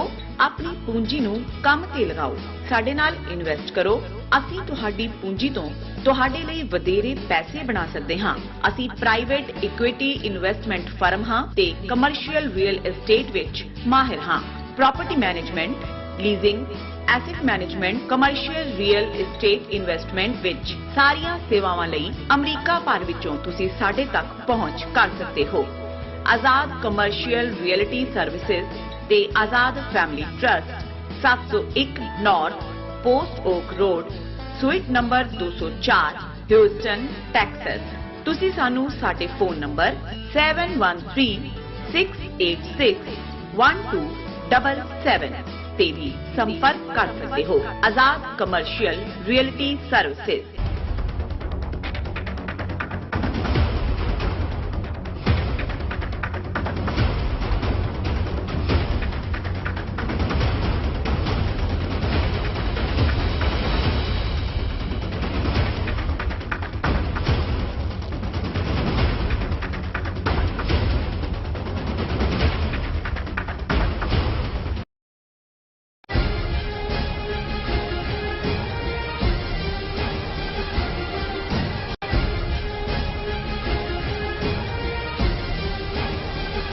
ਦਰਸ਼ਕੋ, ਬ੍ਰੇਕ ਤੋਂ ਬਾਅਦ ਤੁਹਾਡਾ ਸਭ ਦਾ ਭਰਪੂਰ ਸਵਾਗਤ ਹੈ। ਸੋ ਵਿਊਅਰਸ, ਹੁਣ ਆਪਾਂ ਗੱਲਬਾਤ ਕਰਨ ਜਾ ਰਹੇ ਹਾਂ ਕਿ ਬੀਜੇਪੀ ਵੱਲੋਂ ਹਰਿਆਣਾ ਦੇ ਸਿਰਸਾ ਸ਼ਹਿਰ ਵਿੱਚ ਰਹਿੰਦਿਆਂ ਗੁਰਮੀਤ ਰਾਮ ਰਹੀਮ ਨਾਂ ਦੇ ਗੁੰਡੇ ਨੂੰ ਹਮੇਸ਼ਾ ਪੁਸ਼ਤ ਪਨਾਹੀ ਦਿੱਤੀ ਗਈ। ਇਸ ਸੰਤ ਦੇ ਭੇਖ ਵਿੱਚ ਕ੍ਰਿਮੀਨਲ ਗੁੰਡੇ ਨੇ ਕਈ ਕਤਲ ਕੀਤੇ ਹਨ ਅਤੇ ਦਰਜਨਾਂ ਬਲਾਤਕਾਰ ਆਪਣੇ ਡੇਰੇ ਦੀਆਂ ਸਾਧਵੀਆਂ ਨਾਲ ਹੀ ਕੀਤੇ ਹਨ। ਸੋ ਰਣਜੀਤ ਸਿੰਘ ਦੇ ਕਤਲ ਕੇਸ ਵਿੱਚ ਉਸ ਨੂੰ ਉਮਰ ਕੈਦ ਦੀ ਸਜ਼ਾ ਸੁਣਾਈ ਗਈ। ਲੋਕ ਪੁੱਛਦੇ ਹਨ ਕਿ ਉਸ ਨੂੰ ਫਾਂਸੀ ਦੀ ਸਜ਼ਾ ਕਿਉਂ ਨਹੀਂ ਦਿੱਤੀ ਗਈ ਅਤੇ ਉਹ ਜੇਲ੍ਹ ਵਿੱਚ ਬੈਠਾ ਯਾਸ਼ੀ ਦੀ ਜ਼ਿੰਦਗੀ ਜਿਹੜੀ ਹੈ ਉਹ ਕਿਸ ਦੇ ਸਹਾਰੇ ਜੀ ਰਿਹਾ ਹੈ। ਸੋ ਇਸ ਬਾਰੇ ਆਪਾਂ ਗੱਲਬਾਤ ਕਰਨ ਜਾ ਰਹੇ ਹਾਂ। ਸੋ ਅਸੀਂ ਚਾਹਾਂਗੇ ਕਿ ਤੁਸੀਂ ਨਾਲ ਇਸੇ ਤਰ੍ਹਾਂ ਬਣੇ ਰਹਿਣਾ, ਦੇਖਣ ਸੁਣ ਲਈ ਐਂਡ ਲਿਖਣ ਲਈ ਤੁਹਾਡਾ ਸਭ ਦਾ ਬਹੁਤ ਬਹੁਤ ਸ਼ੁਕਰੀਆ। ਜੀ ਰਾਜ ਸਾਹਿਬ, ਕੀ ਕਹਿਣਾ ਚਾਹੋਗੇ? ਦੇਖੋ, ਜਦੋਂ ਸਿੱਖ ਰਿਐਕਟ ਕਰਦੇ ਨੇ ਗੁਰੂ ਗ੍ਰੰਥ ਸਾਹਿਬ ਦੀ ਬੇਅਦਬੀ ਦੀਆਂ ਘਟਨਾਵਾਂ ਹੋਣ ਜਾਂ ਜਿਹੜਾ ਇਹਨਾਂ ਦਾ ਨਕਲੀ ਗੁਰੂ ਡੰਮ ਹੈ ਉਹ ਰਾਧਾ ਸੁਆਮੀ ਔਰ ਸੌਦਾ ਸਾਧ, ਆਸ਼ੂਤੋਸ਼ ਔਰ ਨਿਰੰਕਾਰੀ, ਇਹ ਸਾਰੇ ਸੈਕਟ ਤੇ ਇਹ ਜੋ ਵੀ ਕਰ ਰਹੇ ਨੇ ਇਹ ਆਪ ਮੁਹਾਰੇ ਨਹੀਂ ਹੈ ਜੀ। ਇਹ ਇੱਕ ਸਿਸਟਮੈਟਿਕ ਵਿਉਂਤਬੱਧ ਜੰਗ ਜਿਹੜੀ ਭਾਰਤੀ ਹਕੂਮਤ ਨੇ ਸਿੱਖ ਕੌਮ ਨੂੰ ਬਿਲਕੁਲ ਨੇਸਤੋ ਨਾਬੂਦ ਕਰਨ ਲਈ 47 ਤੋਂ ਬਾਅਦ ਵਿੱਢੀ, ਉਹਦਾ ਹਿੱਸਾ ਉਹ ਸਮਝਦੇ ਨੇ ਵੀ ਗੁਰੂ ਗ੍ਰੰਥ ਔਰ ਗੁਰੂ ਪੰਥ ਇਹ ਦੋ ਪਿੱਲਰ ਨੇ ਜਿਨ੍ਹਾਂ ਦੇ ਉੱਤੇ ਸਿੱਖੀ ਦੀ ਬੁਨਿਆਦ ਹੈ। ਔਰ ਗੁਰੂ ਗ੍ਰੰਥ ਸਾਹਿਬ ਜਿਸ ਨੂੰ ਅਸੀਂ ਜਾਗਤ ਜੋਤ ਗੁਰੂ ਮੰਨਦੇ ਹਾਂ, ਕਿਸੇ ਹੋਰ ਹਿਊਮਨ ਬੀਇੰਗ ਨੂੰ ਰੱਬ ਦਾ ਰੁਤਬਾ ਲੈਣ ਦਾ ਹੱਕ ਨਹੀਂ ਹੈ। ਇਹ ਇਸ ਦਾ ਬੇਸ ਹੈ ਕਿ ਬਾਣੀ ਅਲਟੀਮੇਟਲੀ ਰੱਬ ਦਾ ਕਲਾਮ, ਰੱਬ ਦੀ ਬਾਣੀ ਇਹੀ ਜਿਹੜਾ ਹੈ ਉਹ ਇਹ ਰੱਬ ਦੇ ਨਾਲ ਜੁੜਨਾ ਹੈ। ਸੋ ਇਹਨਾਂ ਨੇ ਸਿਸਟੇਮੈਟਿਕਲੀ ਇਸ ਕਿਸਮ ਦੇ ਲੋਕ 47 ਤੋਂ ਬਾਅਦ ਹੀ ਜਾਲੀ ਕਿਸਮ ਦੇ ਬਾਬੇ ਗੁਰੂ ਖੜੇ ਕੀਤੇ, ਉਹਨਾਂ ਨੂੰ ਪੁਸ਼ਤ ਪਨਾਹੀ ਦਿੱਤੀ, ਡਿਪਲੋਮੈਟਿਕ ਪਾਸਪੋਰਟ ਦਿੱਤੇ, ਤਾਂ ਕਿ ਗੁਰੂ ਗ੍ਰੰਥ ਸਾਹਿਬ ਜਿਹੜਾ ਸਾਡਾ ਬੇਸ ਹੈ ਜਿਹੜਾ ਰੂਹਾਨੀਅਤ ਦਾ, ਉਹਦੇ ਬਰਾਬਰ ਤੁਸੀਂ ਜਿਹੜਾ ਹੈ ਇਹਨਾਂ ਤਾਕਤਾਂ ਨੂੰ ਖੜਾ ਕਰੋ। ਔਰ ਇਸ ਕਿਸਮ ਦਾ ਇੱਕ ਗੁੰਡਾ ਜਿਹੜਾ ਸਿਰਸਾ ਸ਼ਹਿਰ ਹਰਿਆਣੇ 'ਚ ਸਰਕਾਰ ਦੀ ਪੁਸ਼ਤ ਪਨਾਹੀ ਥੱਲੇ ਜਿਸ ਦਾ ਇੰਨਾ ਫੈਲਾਅ ਕੀਤਾ ਗਿਆ ਕਿ ਉਸ ਦੇ ਚੇਲਿਆਂ ਦੀ ਗਿਣਤੀ ਵੀ ਲੱਖਾਂ 'ਚ ਬਣਾਈ ਗਈ। ਉਹਨੇ ਜੇ ਫਿਲਮਾਂ ਬਣਾਈਆਂ ਤੇ ਉਹਨਾਂ ਨੂੰ ਹਕੂਮਤ ਨੇ ਜਿਹੜਾ ਉਹ ਯਕੀਨੀ ਬਣਾਇਆ ਕਿ ਉਹਨੂੰ ਉਹਦੇ ਤੇ ਕੋਈ ਟੈਕਸ ਨਾ ਲੱਗੇ, ਉਹਨੂੰ ਪ੍ਰਮੋਟ ਕੀਤਾ ਜਾਏ। ਔਰ ਉਹਦੀਆਂ ਕ੍ਰਿਮੀਨਲ ਐਕਟੀਵਿਟੀਜ਼ ਜਿਹਦੀਆਂ ਕਨਸੋਆਂ ਹੀ ਨਹੀਂ, ਜਿਸ ਦੀਆਂ ਉਦਾਹਰਨਾਂ ਕਈ ਸਾਲਾਂ ਤੋਂ ਬਾਹਰ ਆ ਰਹੀਆਂ ਸੀ ਕਿ ਉਹਦੇ ਡੇਰੇ ਦੇ ਅੰਦਰ ਮਰਡਰ ਹੋ ਰਹੇ ਨੇ, ਜਬਰ ਜਨਾਹ ਹੋ ਰਹੇ ਨੇ। ਲੇਕਿਨ ਕਿਉਂਕਿ ਇਹ ਉਹੀ ਸੌਦਾ ਸਾਧ ਗੁਰਮੀਤ ਰਾਮ ਰਹੀਮ ਜਿਹਦਾ ਨਾਂ ਹੈ, ਮੋਦੀ ਨੂੰ 2014 ਦੀਆਂ ਚੋਣਾਂ ਵੇਲੇ ਮੋਦੀ ਸਿਰਸੇ 'ਚ ਆਉਂਦਾ ਹੈ ਔਰ ਉਹਦੇ ਨਾਲ ਇਹ ਸਟੇਜ ਤੇ ਬੈਠਾ ਹੁੰਦਾ ਹੈ ਔਰ ਮੋਦੀ ਕਹਿੰਦਾ ਕਿ ਮੇਰੇ ਬਹੁਤ ਵੱਡੇ ਭਾਗ ਨੇ ਕਿ ਮੈਂ ਇਸ ਪਵਿੱਤਰ ਧਰਤੀ ਜਿੱਥੇ ਸੰਤ ਗੁਰਮੀਤ ਰਾਮ ਰਹੀਮ ਨੇ, ਮੈਂ ਇਸ ਸ਼ਹਿਰ ਦੇ ਵਿੱਚ ਆਇਆ। ਔਰ ਇਹ ਪੂਰੀ ਪੁਸ਼ਤ ਪਨਾਹੀ ਦੇ ਥੱਲੇ ਜਿਹੜਾ ਹੈ ਉਹ ਬੀਜੇਪੀ ਨੂੰ ਵੋਟਾਂ ਪਵਾ ਰਿਹਾ ਹੈ, ਉਹਨਾਂ ਦੇ ਲੀਡਰਾਂ ਨੂੰ ਇਆਸ਼ੀ ਦੇ ਸਾਧਨ ਪ੍ਰੋਵਾਈਡ ਕਰ ਰਿਹਾ ਹੈ। ਔਰ ਹਰਿਆਣਾ ਸਰਕਾਰ ਜਿੱਦਣ ਇਸ ਨੂੰ ਛਤਰਪਤੀ ਇੱਕ ਜਰਨਲਿਸਟ ਰਸਸੇ ਦਾ ਜਿਹੜਾ ਹਿੰਦੂ, ਉਹਨੇ ਸਾਰੀ ਸਟੋਰੀ ਛਾਪੀ ਕਿ ਭਾਈ ਇਹ ਕੀ ਕਰ ਰਿਹਾ, ਉਹਦਾ ਮਰਡਰ ਕਰਵਾਇਆ ਗਿਆ। ਔਰ ਉਸ ਤੋਂ ਜਿਹੜਾ ਉਸੇ ਪੀਰੀਅਡ ਦੇ ਵਿੱਚ 51 ਲੱਖ ਰੁਪਈਆ ਸੁਸ਼ੀਲ ਵਿਜ ਜਾ ਕੇ ਡੇਰੇ 'ਚ ਦਿੰਦਾ। ਫਿਰ ਜੇ ਛਤਰਪਤੀ ਕੇਸ ਦੇ ਵਿੱਚ ਇਹਨੂੰ ਜਿਹੜੀ ਹੈ ਉਹ ਉਮਰ ਕੈਦ ਹੁੰਦੀ ਹੈ ਔਰ 2 ਸਾਧਵੀਆਂ ਦੇ ਨਾਲ ਜਿਹੜੀਆਂ ਵਿਚਾਰੀਆਂ ਇਨੋਸੈਂਟ ਬੱਚੀਆਂ ਜਬਰ ਜਨਾਹ ਦੇ ਕੇਸ 'ਚ ਉਹਨੂੰ 10-10 ਸਾਲ ਐਕਸਟਰਾ ਕੈਦ ਹੁੰਦੀ ਹੈ। ਤੇ ਜਿੱਦਣ ਇਹਨੇ ਗ੍ਰਿਫਤਾਰੀ ਦੇਣੀ ਹੈ ਉਸ ਤੋਂ ਇੱਕ ਦਿਨ ਪਹਿਲਾਂ ਸੌਦਾ ਸਾਧ ਦੇ ਚੇਲਿਆਂ ਵੱਲੋਂ ਪੰਚਕੂਲੇ ਤੋਂ ਲੈ ਕੇ ਅੰਬਾਲੇ ਤੱਕ ਇੰਨੀ ਵਾਇਲੈਂਸ ਕੀਤੀ ਜਾਂਦੀ ਹੈ ਕਿ 74 ਬੰਦੇ ਮਰ ਜਾਂਦੇ ਨੇ। ਦੇਖੋ ਇਹਦੇ ਬਾਵਜੂਦ ਉਹਨੂੰ ਜੇਲ੍ਹ 'ਚ ਰੱਖਦਿਆਂ ਵੀ ਬਾਦਸ਼ਾਹਾਂ ਵਾਲੀਆਂ ਸਹੂਲਤਾਂ ਨੇ ਔਰ ਪੈਰੋਲ ਕਿ ਜੀ ਉਹਦੀ ਮਾਂ ਬਿਮਾਰ ਹੋ ਗਈ, ਉਹਦਾ ਦੂਜਾ ਔਰ ਇਹ ਜਿਹੜਾ ਇਮੋਰਲ ਬੰਦਾ ਹੈ ਇਹਨੂੰ ਇਮੋਰਲ ਐਕਟੀਵਿਟੀਜ਼ ਦੇ ਲਈ ਅੰਦਰ ਬੈਠਿਆਂ ਵੀ ਉਹ ਸਾਰੀਆਂ ਸਹੂਲਤਾਂ ਦਿੱਤੀਆਂ ਜਾ ਰਹੀਆਂ। ਹੁਣ ਇੱਕ ਕੇਸ ਜਿਹੜਾ ਰਣਜੀਤ ਸਿੰਘ ਮਰਡਰ ਕੇਸ ਸੀ, ਜਿਸ ਬਾਰੇ ਇਹ ਹੈ ਕਿ ਉਹ ਇਹਦੇ ਡੇਰੇ ਦਾ ਮੈਨੇਜਰ ਸੀ ਔਰ ਉਹਦੀ ਸਕੀ ਭੈਣ ਵੀ ਉਸ ਡੇਰੇ ਦੇ ਵਿੱਚ ਸੀ। ਉਹ ਤਾਂ ਵਿਚਾਰਾ ਜੈਨੂਇਨਲੀ ਮੰਨਦਾ ਸੀ ਵੀ ਚਲੋ ਇਹ ਸੇਂਟਲੀ ਹੈ। ਉਹਦੇ ਨਾਲ ਜਦੋਂ ਇਹਨੇ ਜਬਰ ਜਨਾਹ ਕੀਤਾ, ਉਹ ਕੁੜੀ ਕਿਸੇ ਤਰ੍ਹਾਂ ਉਹਦੀ ਚੁੰਗਲ ਚੋਂ ਨਿਕਲ ਕੇ ਦੌੜ ਗਈ। ਉਹਨੇ ਚਿੱਠੀ ਲਿਖੀ ਦੇਸ਼ ਦੇ ਪ੍ਰੈਜ਼ੀਡੈਂਟ ਨੂੰ, ਮੀਡੀਆ ਨੂੰ ਕਿ ਭਾਈ ਇੱਥੇ ਇਹ ਚੱਲ ਰਿਹਾ, ਮੈਂ ਇਕੱਲੀ ਨਹੀਂ ਹੈ, ਸੈਂਕੜਿਆਂ ਬੇਗੁਨਾਹ ਔਰਤਾਂ ਸ਼ਿਕਾਰ ਹੋ ਰਹੀਆਂ ਨੇ। ਔਰ ਇਵੈਂਚੁਅਲੀ ਕੋਰਟ ਦੀ ਕਾਰਵਾਈ ਤੋਂ ਉਸ ਤੋਂ ਬਾਅਦ ਹੀ ਸ਼ੁਰੂ ਹੋਈ। ਫਿਰ ਉਹਦਾ ਇੱਕ ਡਰਾਈਵਰ ਸੀ ਖੱਟਾ ਸਿੰਘ, ਉਹਨੇ ਜਿਹੜਾ ਉਹਨੂੰ ਪਤਾ ਸੀ ਵੀ ਇਹ ਕੀ ਕਰਦਾ, ਕਿੱਥੇ ਲਿਜਾਂਦਾ। ਪਰ ਇਵੈਂਚੁਅਲੀ ਇਹਨਾਂ ਨੂੰ ਇਹ ਲੱਗਾ ਵੀ ਇਹ ਜਿਹੜਾ ਰਣਜੀਤ ਸਿੰਘ ਹੈ ਜਿਹਦੀ ਭੈਣ ਨੇ ਇਹ ਸਾਰੀ ਚਿੱਠੀ ਲਿਖ ਕੇ ਮੀਡੀਆ 'ਚ ਗੱਲ ਆਂਦੀ ਹੈ, ਇਹੀ ਇਹਦੇ ਲਈ ਜ਼ਿੰਮੇਵਾਰ ਹੈ। ਔਰ ਇਹਦੇ ਸਿੱਧੇ ਹੁਕਮਾਂ ਥੱਲੇ ਰਣਜੀਤ ਸਿੰਘ ਦਾ ਵੀ ਮਰਡਰ ਕਰ ਦਿੱਤਾ ਗਿਆ, ਜਿਸ ਮਰਡਰ ਬਾਰੇ ਖੱਟਾ ਸਿੰਘ ਡਰਾਈਵਰ ਨੇ ਇਨਕਸ਼ਾਫ ਕੀਤਾ।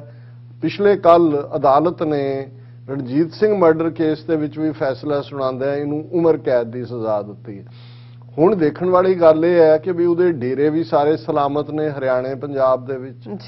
ਜੇਲ੍ਹ 'ਚ ਹੁੰਦਿਆਂ ਹੀ ਜਿਹੜੀ ਹੈ ਗੁਰੂ ਗ੍ਰੰਥ ਸਾਹਿਬ ਦੀ ਬੇਅਦਬੀ ਦੀਆਂ ਘਟਨਾਵਾਂ ਵੀ ਜਿਹੜੀਆਂ ਅਸੀਂ ਦੇਖਦੇ ਹਾਂ, ਬਰਗਾੜੀ ਵਾਲਾ ਕਾਂਡ ਔਰ ਜਵਾਰ ਸਿੰਘ ਵਾਲਾ ਇਹਨਾਂ ਨੇ ਕੀਤਾ ਔਰ ਉਹਦੀ ਪੈਰੋਲ ਵੀ ਹੋ ਰਹੀ ਹੈ। ਅਜੇ ਤੱਕ ਵੀ ਜਿਹੜਾ ਜਦੋਂ 74 ਬੰਦੇ ਮਾਰੇ ਜਾਂਦੇ ਨੇ ਉਦੋਂ ਵੀ ਮਨੋਹਰ ਲਾਲ ਖੱਟੜ ਜਿਹੜਾ ਚੀਫ ਮਿਨਿਸਟਰ ਹੈ ਉਹ ਕਹਿੰਦਾ ਜੀ ਇਹ ਸੰਤ ਜੀ का काम नहीं, ये समाज विरोधी तत्व, एंटी सोशल एलिमेंट्स। सो ਅਸੀਂ ਜਦੋਂ ਇਹ ਕਹਿੰਦੇ ਹਾਂ ਕਿ ਹਾਰਡਨਡ ਕ੍ਰਿਮੀਨਲ ਗਰੂਮਡ ਬਾਈ ਬੀਜੇਪੀ, ਤੇ ਫਿਰ ਕੋਈ ਹੈਰਾਨੀ ਨਹੀਂ ਹੈ ਕਿ ਭਾਈ ਉਸ ਮੁਲਕ ਦੇ ਵਿੱਚ ਅਸੀਂ ਤਾਂ ਕਾਂਗਰਸ ਨੇ ਜੂਨ 84 ਕੀਤਾ, ਨਵੰਬਰ 84 ਕੀਤਾ, ਉਹ ਹੋਇਆ। ਮੈਂ ਇੱਕ ਡਿਬੇਟ ਸੁਣ ਰਿਹਾ ਸੀ, ਇੱਕ ਰਹਿਮਤ ਅਲੀ, ਕੁਰਬਾਨ ਅਲੀ ਇੱਕ ਜਰਨਲਿਸਟ ਸੀਨੀਅਰ ਇੱਕ ਡਿਸਕਸ਼ਨ 'ਚ ਕਹਿ ਰਿਹਾ ਸੀ, ਉਹਨੇ ਇੱਕ ਬੜੀ ਠੀਕ, ਮੈਨੂੰ ਬਹੁਤ ਚੰਗਾ ਜੁਮਲਾ ਲੱਗਾ। ਉਹ ਗੱਲ ਚੱਲ ਰਹੀ ਸੀ ਕਿ ਬਈ ਮੋਦੀ ਕੀ ਕਰ ਰਿਹਾ, ਉਹਨੇ ਕਿਹਾ ਨਹੀਂ, Indira Gandhi was the first prime minister of RSS, ਕਿ ਆਰਐਸਐਸ ਨੇ ਉਹਨੂੰ ਗਰੂਮ ਕੀਤਾ, ਇਸੇ ਲਈ ਦਰਬਾਰ ਸਾਹਿਬ ਤੇ ਹਮਲਾ ਹੋਇਆ। ਉਹਨੇ ਕਿਹਾ ਜੀ ਫਿਰ Rajiv Gandhi was the second prime minister of RSS, ਜਿਹਨੇ ਦਿੱਲੀ ਦੇ ਵਿੱਚ ਹਜ਼ਾਰਾਂ ਸਿੱਖ ਮਾਰੇ, ਔਰ ਬਾਬਰੀ ਮਸਜਿਦ ਦਾ ਜਿਹੜਾ ਸ਼ਿਲਾਨਿਆਸ ਤਾਂ ਬਾਅਦ ਚ ਹੁੰਦਾ ਹੈ, ਉਹਦੇ ਦਰਵਾਜ਼ੇ ਵੀ ਰਾਜੀਵ ਗਾਂਧੀ ਨੇ ਖੁਲਾਏ। ਔਰ ਮੈਨੂੰ ਇੱਕਦਮ ਖਿਆਲ ਆਇਆ ਕਿ ਜਦੋਂ ਸੁਪਰੀਮ ਕੋਰਟ ਨੇ ਬਾਬਰੀ ਮਸਜਿਦ ਢਾਹ ਕੇ ਮੰਦਿਰ ਬਣਾਉਣ ਵਾਲਿਆਂ ਨੂੰ ਦੇ ਹਵਾਲੇ ਜ਼ਮੀਨ ਕੀਤੀ, ਤੇ ਪ੍ਰਿयंका गांधी ने स्टेटमेंट ਦਿੱਤੀ ਸੀ कि मेरे पिताजी की इच्छा पूरी हुई, उन्होंने ही सबसे पहले वहां दरवाजे जो किवाड़ वो खुलवाए थे। सो ਇਹਦੇ 'ਚ ਕੋਈ ਭੁਲੇਖਾ ਨਹੀਂ ਹੋਣਾ ਚਾਹੀਦਾ ਕਿ ਅਸੀਂ ਗੱਲ ਕਰਕੇ ਹਟੇ ਹਾਂ ਕਿ ਕਿਵੇਂ ਵਿਸ਼ਾਲ ਜੂਦ ਨਾਂ ਦਾ ਹਿੰਦੂਤਵੀ ਕ੍ਰਿਮੀਨਲ ਕਨਵਿਕਟਡ ਆਸਟ੍ਰੇਲੀਆ ਤੋਂ ਜਾਂਦਾ ਹੈ, ਹਰਿਆਣੇ 'ਚ ਉਹਨੂੰ ਰੈੱਡ ਕਾਰਪਟ ਵੈਲਕਮ ਦਿੱਤੀ ਜਾਂਦੀ ਹੈ। ਉਹੀ ਮਨੋਹਰ ਖੱਟੜ ਉਹਦੀ ਰਿਹਾਈ ਲਈ ਫੋਰਨ ਮਿਨਿਸਟਰੀ ਨੂੰ ਲਿਖਦਾ ਕਿ ਜੀ ਇਹ ਦੇਸ਼ ਦਾ ਸਪੁੱਤਰ ਹੈ, ਤਿਰੰਗੇ ਲਈ ਨੇ ਕੀਤਾ। ਔਰ ਹੁਣ ਇਸ ਕ੍ਰਿਮੀਨਲ ਨੂੰ ਈਵਨ ਅਦਾਲਤਾਂ ਵੀ ਇੰਨੇ ਕਨਵਿੰਸਿੰਗ ਮਰਡਰ ਜਿਹੜੇ ਸਾਹਮਣੇ ਨੇ, ਪ੍ਰੂਵਡ ਮਰਡਰ, ਉਹਨਾਂ ਲਈ ਮੌਤ ਦੀ ਸਜ਼ਾ ਵੀ ਨਹੀਂ ਹੈ। ਔਰ ਤੁਹਾਨੂੰ ਮੀਡੀਆ 'ਚ ਕਿਤੇ ਨਜ਼ਰ ਨਹੀਂ ਆ ਰਿਹਾ ਵੀ ਇਸ ਕਿਸਮ ਦੇ ਕ੍ਰਿਮੀਨਲ ਨੂੰ ਮੋਦੀ ਨੇ ਵੀ ਸਟੇਜ ਸਾਂਝੀ ਕੀਤੀ, ਔਰ ਹਰਿਆਣੇ ਦੀ ਬੀਜੇਪੀ ਸਰਕਾਰ ਜਿਹੜੀ ਹੈ ਉਹ ਪੂਰੀ ਇਹਦੀ ਮਦਦ ਕਰ ਰਹੀ ਸੀ, ਅੱਜ ਵੀ ਕਰ ਰਹੀ ਹੈ। ਔਰ ਕੋਈ ਮੈਨੂੰ ਹੈਰਾਨੀ ਨਹੀਂ ਹੋਏਗੀ ਕਿ ਆਉਣ ਵਾਲੇ ਪੀਰੀਅਡ 'ਚ ਈਵਨ ਇਹ ਉਮਰ ਕੈਦਾਂ ਵੀ ਉੱਪਰਲੀ ਅਦਾਲਤ 19 ਸਾਲ ਬਾਅਦ ਉਹਨੂੰ ਸਜ਼ਾ ਹੁੰਦੀ ਹੈ ਤੇ ਉੱਪਰ ਜਾ ਕੇ ਟੁੱਟ ਜਾਣ। ਔਰ ਇਹ ਜਿਹੜਾ ਅਲਟੀਮੇਟਲੀ ਇਹਨਾਂ ਦਾ ਵੋਟ ਕੈਚਰ ਵੀ ਹੈ, ਔਰ ਸਿੱਖਾਂ ਦਾ ਨੂੰ ਜਿਹੜਾ ਜ਼ਲੀਲ ਕਰਨਾ ਵੀ ਹੈ ਕਿ ਦੇਖ ਲਓ ਅਸੀਂ ਤੁਹਾਡੇ ਕਾਤਲ ਨੂੰ ਜਿਹੜਾ ਉਹ ਹੀਰੋ ਬਣਾ ਕੇ ਅਸੀਂ ਪੇਸ਼ ਕਰ ਰਹੇ। ਜੀ ਡਾਕਟਰ ਸਾਹਿਬ ਇੱਥੇ ਲੈਣੇ ਬ੍ਰੇਕ। ਵਿਊਅਰਸ ਤੁਸੀਂ ਸਾਨੂੰ ਇਸੇ ਤਰ੍ਹਾਂ ਹੀ ਬਣੇ ਰਹਿਣਾ, ਮਿਲਦੇ ਹਾਂ ਛੋਟੇ ਜਿਹੇ ਵਕਫੇ ਤੋਂ ਬਾਅਦ।